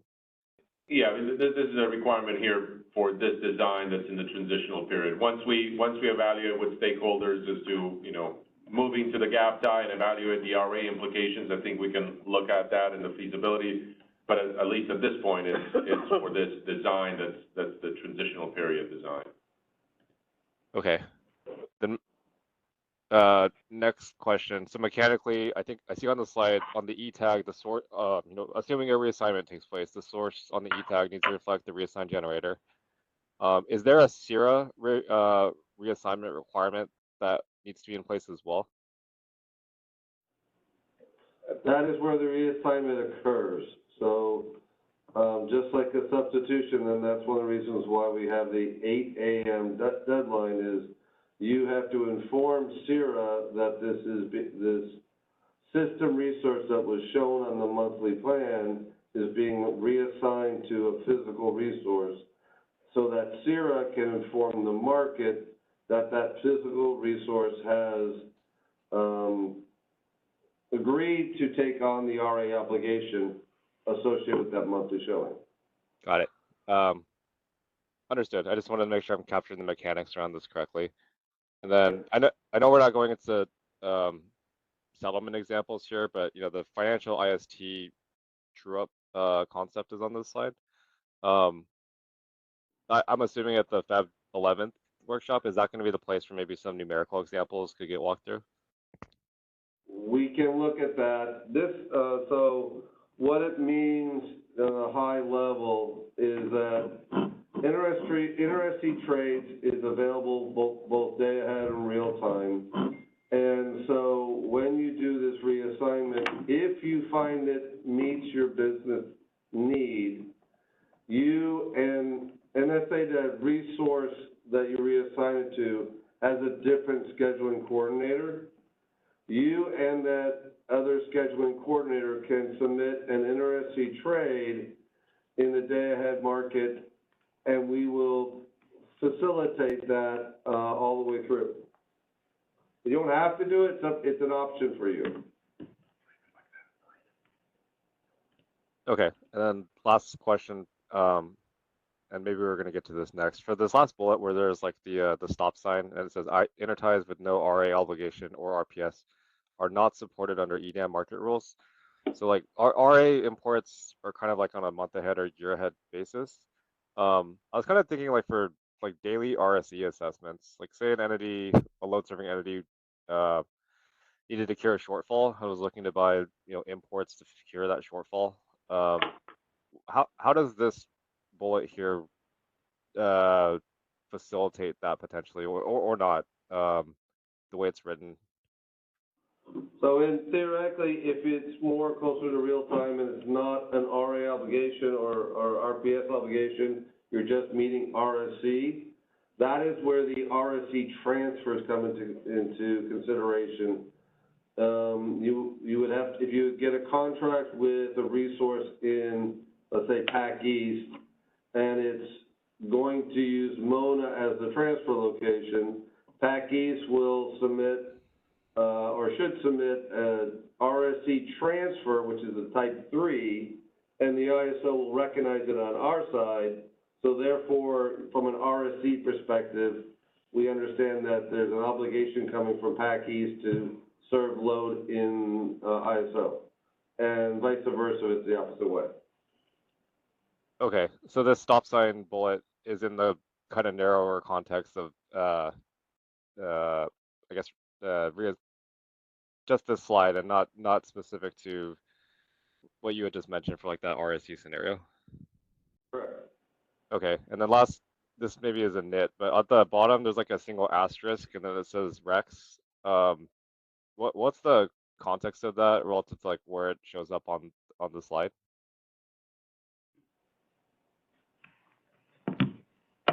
Can you repeat that question? So the question was for under RA obligation where we have the single asterisk, we identify as renewable energy credits. Mm-hmm. We want more details on that. What does that mean? Okay. Unless you want to talk about how it pertains to the RBS and how we're supporting that going the transitional period. Yeah, maybe it should have been RPS instead of renewable energy credits. Yeah, okay. I didn't know that was like some new REC specific rule or something, but okay. Generally understood it's meant to apply to RPS. We'll update the slide. Yeah, if you've had an RPS contract, you could continue to bid at these locations. Got it. Thank you. Thanks, Kevin. Next, we'll go to Callie Wells. Go ahead, Callie. Hey, it's Callie Wells with WPTF. I think it's just a clarifying question, and I must be missing something here, but can you help me understand why this bottom row is NA? Because one of the things that we've obviously been talking about is if you're a non-RA import today, you can obviously participate on the CAISO interties. But tomorrow, when they become transfer locations on those MONA, for example, Cragview, you cannot. So I was surprised to see these as NA instead of a change, but I'm probably missing something there. No, so, and Bo, would you like me to jump in, or did you want to address that? Go ahead. Yeah, go ahead. Thank you. Okay, thank you. Appreciate the question, Callie. No, so that bottom row there is to the extent you do not have an RA obligation, so it's the associated non-resource specific ITI is not associated with RA or RPS. At Mona and Craig, there's no transactions. Transactions won't be supported unless it's associated with RA and RPS. Yes, those are two transfer locations that will be optimized as part of the market with the associated TSRs. But from a ITI bidding perspective, those will not be supported. So Mark, is it fair to say, at least to help Callie, this slide pertains to bidding at the transfer locations? So this is correct. At Mona and Craig. Yeah, so EDAM area to CAISO EDAM area, and maybe we could be a bit more explicit for Mona and Craig, given those are the two transfer locations between the EDAM area today and CAISO VA. Okay, yeah, I think that would be helpful because obviously we have been talking about that change from a bidding and market participation perspective, and I was surprised not to see that reflected on any of these tables, a prior slide or this slide. So yeah, if you can call that out, because I think that's really important to make sure we're all aware that that is a change from how things are done today. That would be helpful. Thank you, Callie. Next in the queue, we have Steve Keen. Go ahead, Steve. Hi, Steve Keen from Edison again. The line that says source on the e-tag to reflect a generator. I just want to clarify, I assume that there would be a required e-tag from that generator to the intertie or the transfer point? That's right. The e-tag would reflect the source and then the transmission path and the quality of transmission you're getting to Mona or the CAISO intertie. So yeah, it would have the source and the transmission.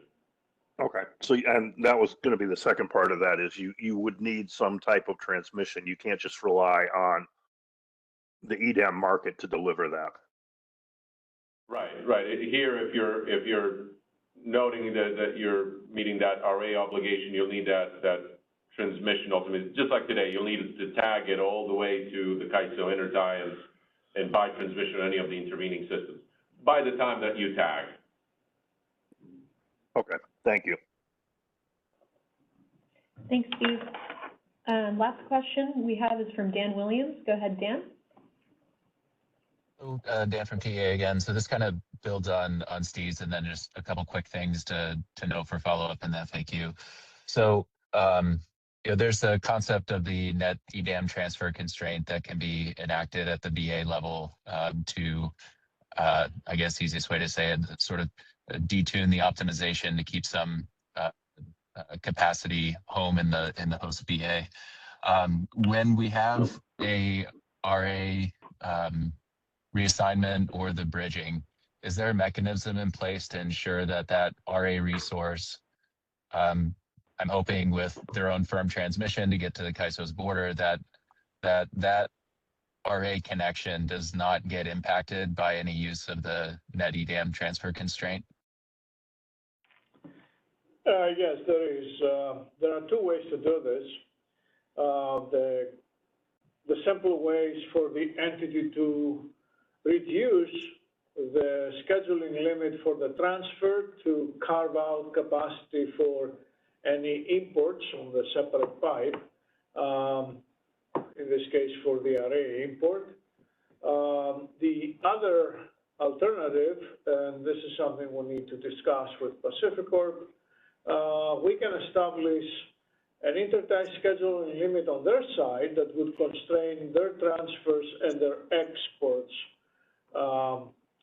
So they can have transfers with LADWP later on at the same location. So that might be the way to go in the long run, but I think the simplest case right now is if a participant wants to use the rights that they have acquired to bid an import, an RA import, let's say at Mona, Pacificorp East, the entity will have to carve out that capacity out of their transfers at the same location so that we don't oversubscribe the rights. And just to clarify, what you mean by carve out is not the traditional concept of carve out. What he means is Pacificorp would reduce the scheduling limit at that transfer location. That's exactly what I said. Yeah. Yeah, that makes sense. We can kind of follow up on the logistics on that because, of course, you know, there's a link that needs to happen with the EDAM entity and the RA supplier.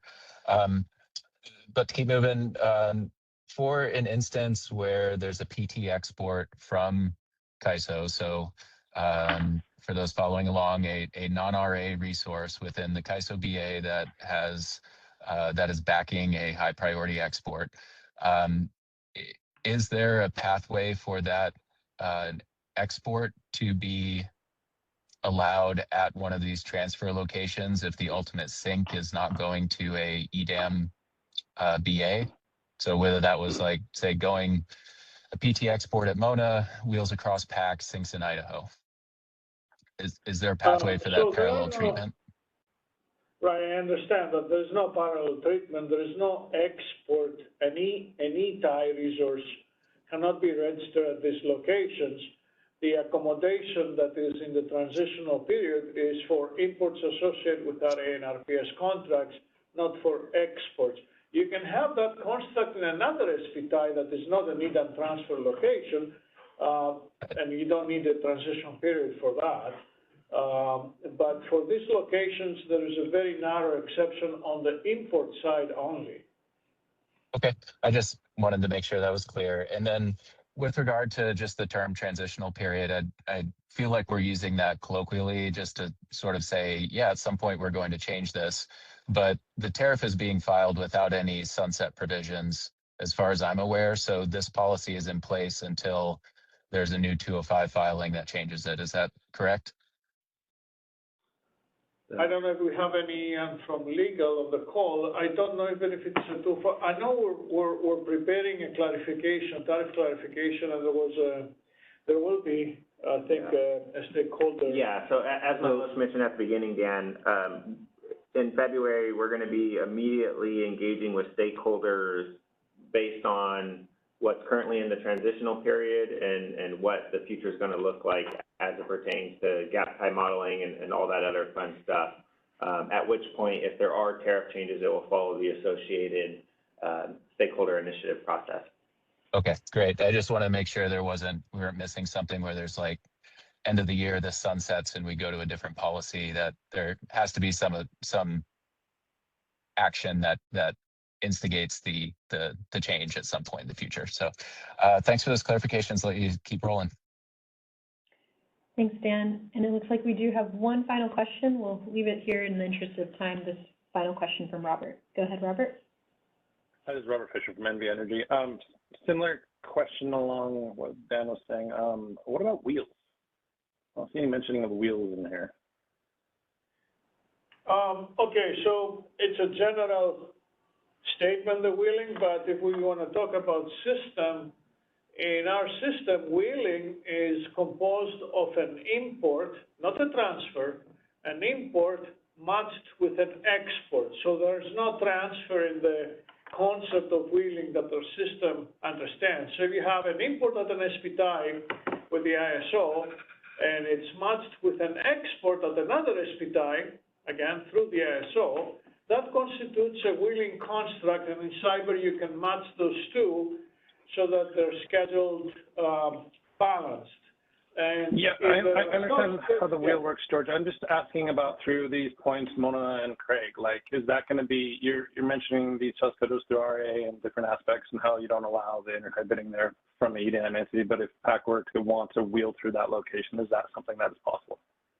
No, because it doesn't make sense, right? The narrow exception for imports is for RA or RPS contracts. These are obligations to serve ISO demand, so it wouldn't be a will through. It will be just an import. But if I'm selling to somebody who's outside and wheeled through KISO? It's not covered by the narrow exception for RA and RPS for the ISO balancing authority area in the transitional period. That is what we talked to the board, and we got the approval for the narrow treatment of RA imports and RPS imports at Mona and Craig. Okay. Okay. Thank you. Thank you, Robert. Back to you, Bo. I'm not seeing any other questions. Okay. I think that really summarizes the overview that we had planned to deliver today. I think if we go to the next slide, just a quick reference in terms of refresher or available content. From a training perspective, we've got a course called Interchange and E-Tagging on the training center on our ISO website. But also if you have your certificate and access to EIM portal, we do have similar CVT there. And then the train-the-trainer courses as well are available there that go more into depth. We have, I think, bidding intermediate too that covers some concepts of training for interchange and e-tagging. Next slide.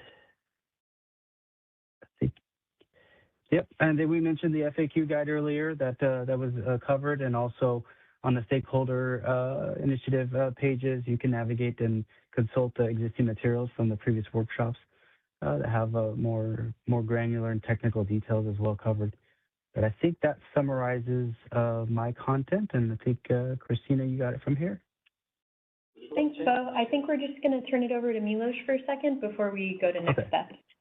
Yeah, and this is covered in the FAQ in the last two questions of logistics, and we touched on it, but we did want to conclude here just by noting kind of the next steps on this particular effort. And one, I'll note that we have the tariff filing, and we've gone through that stakeholder process. We had 2 stakeholder meetings with the tariff language changes, and that tariff filing is expected here within the next week or two.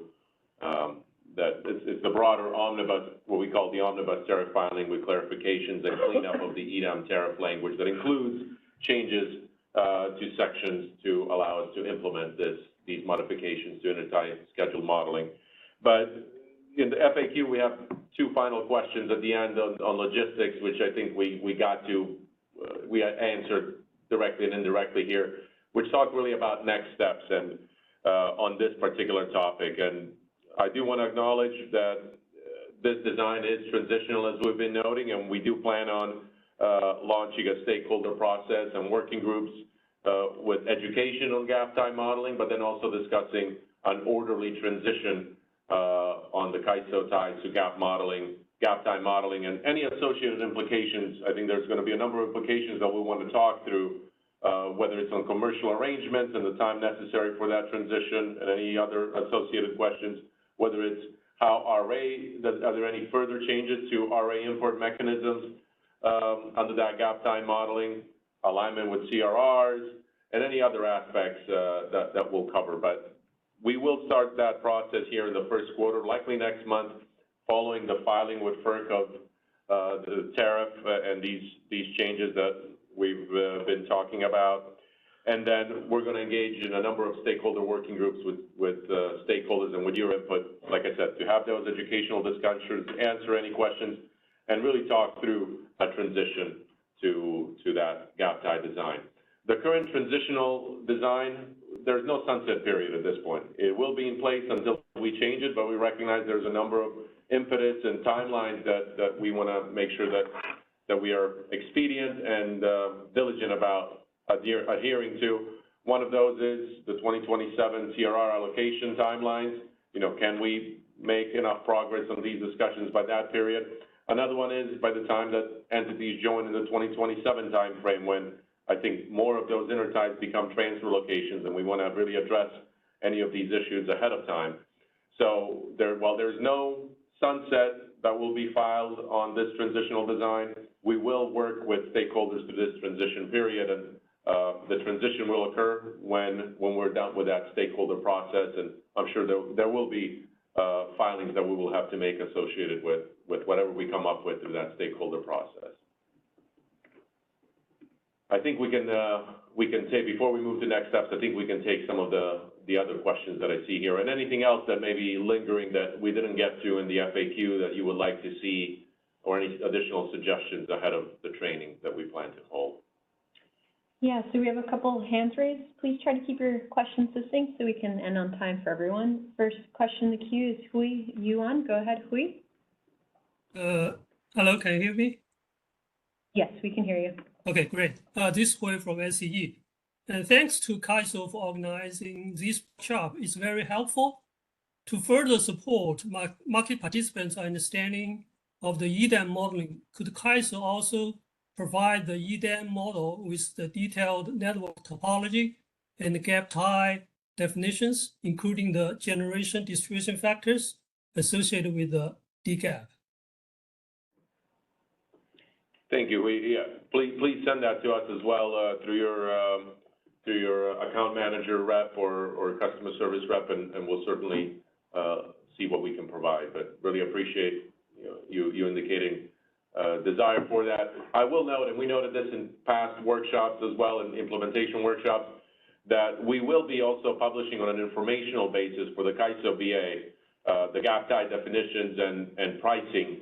While it will be just informational associated with interties, it will be available there, and I think that will be one of the tools that will help stakeholders at least envision how the pricing may change with the gap tie model versus the SP tie model, and facilitate some of our discussions. So some of that will also inherently be available on OASIS here in the near future. But thank you, Hui, and we'll take that back and see what we can publish. Okay, thank you. Thank you, Hui. We have time for a quick last comment from you, Kevin, from SCE. Go ahead. Sorry, quick tag-on question. For parallel testing or parallel ops that a lot of us are going to be going through for the next couple of months, is any of this transitional period stuff going to be testable in parallel ops? You know, like reassignments, you know, anything tied to reassignments, essentially? Yes. So once the code has been delivered for the reassignment functionality, that will be available in parallel ops as well as in our stage, which is the market sim environment.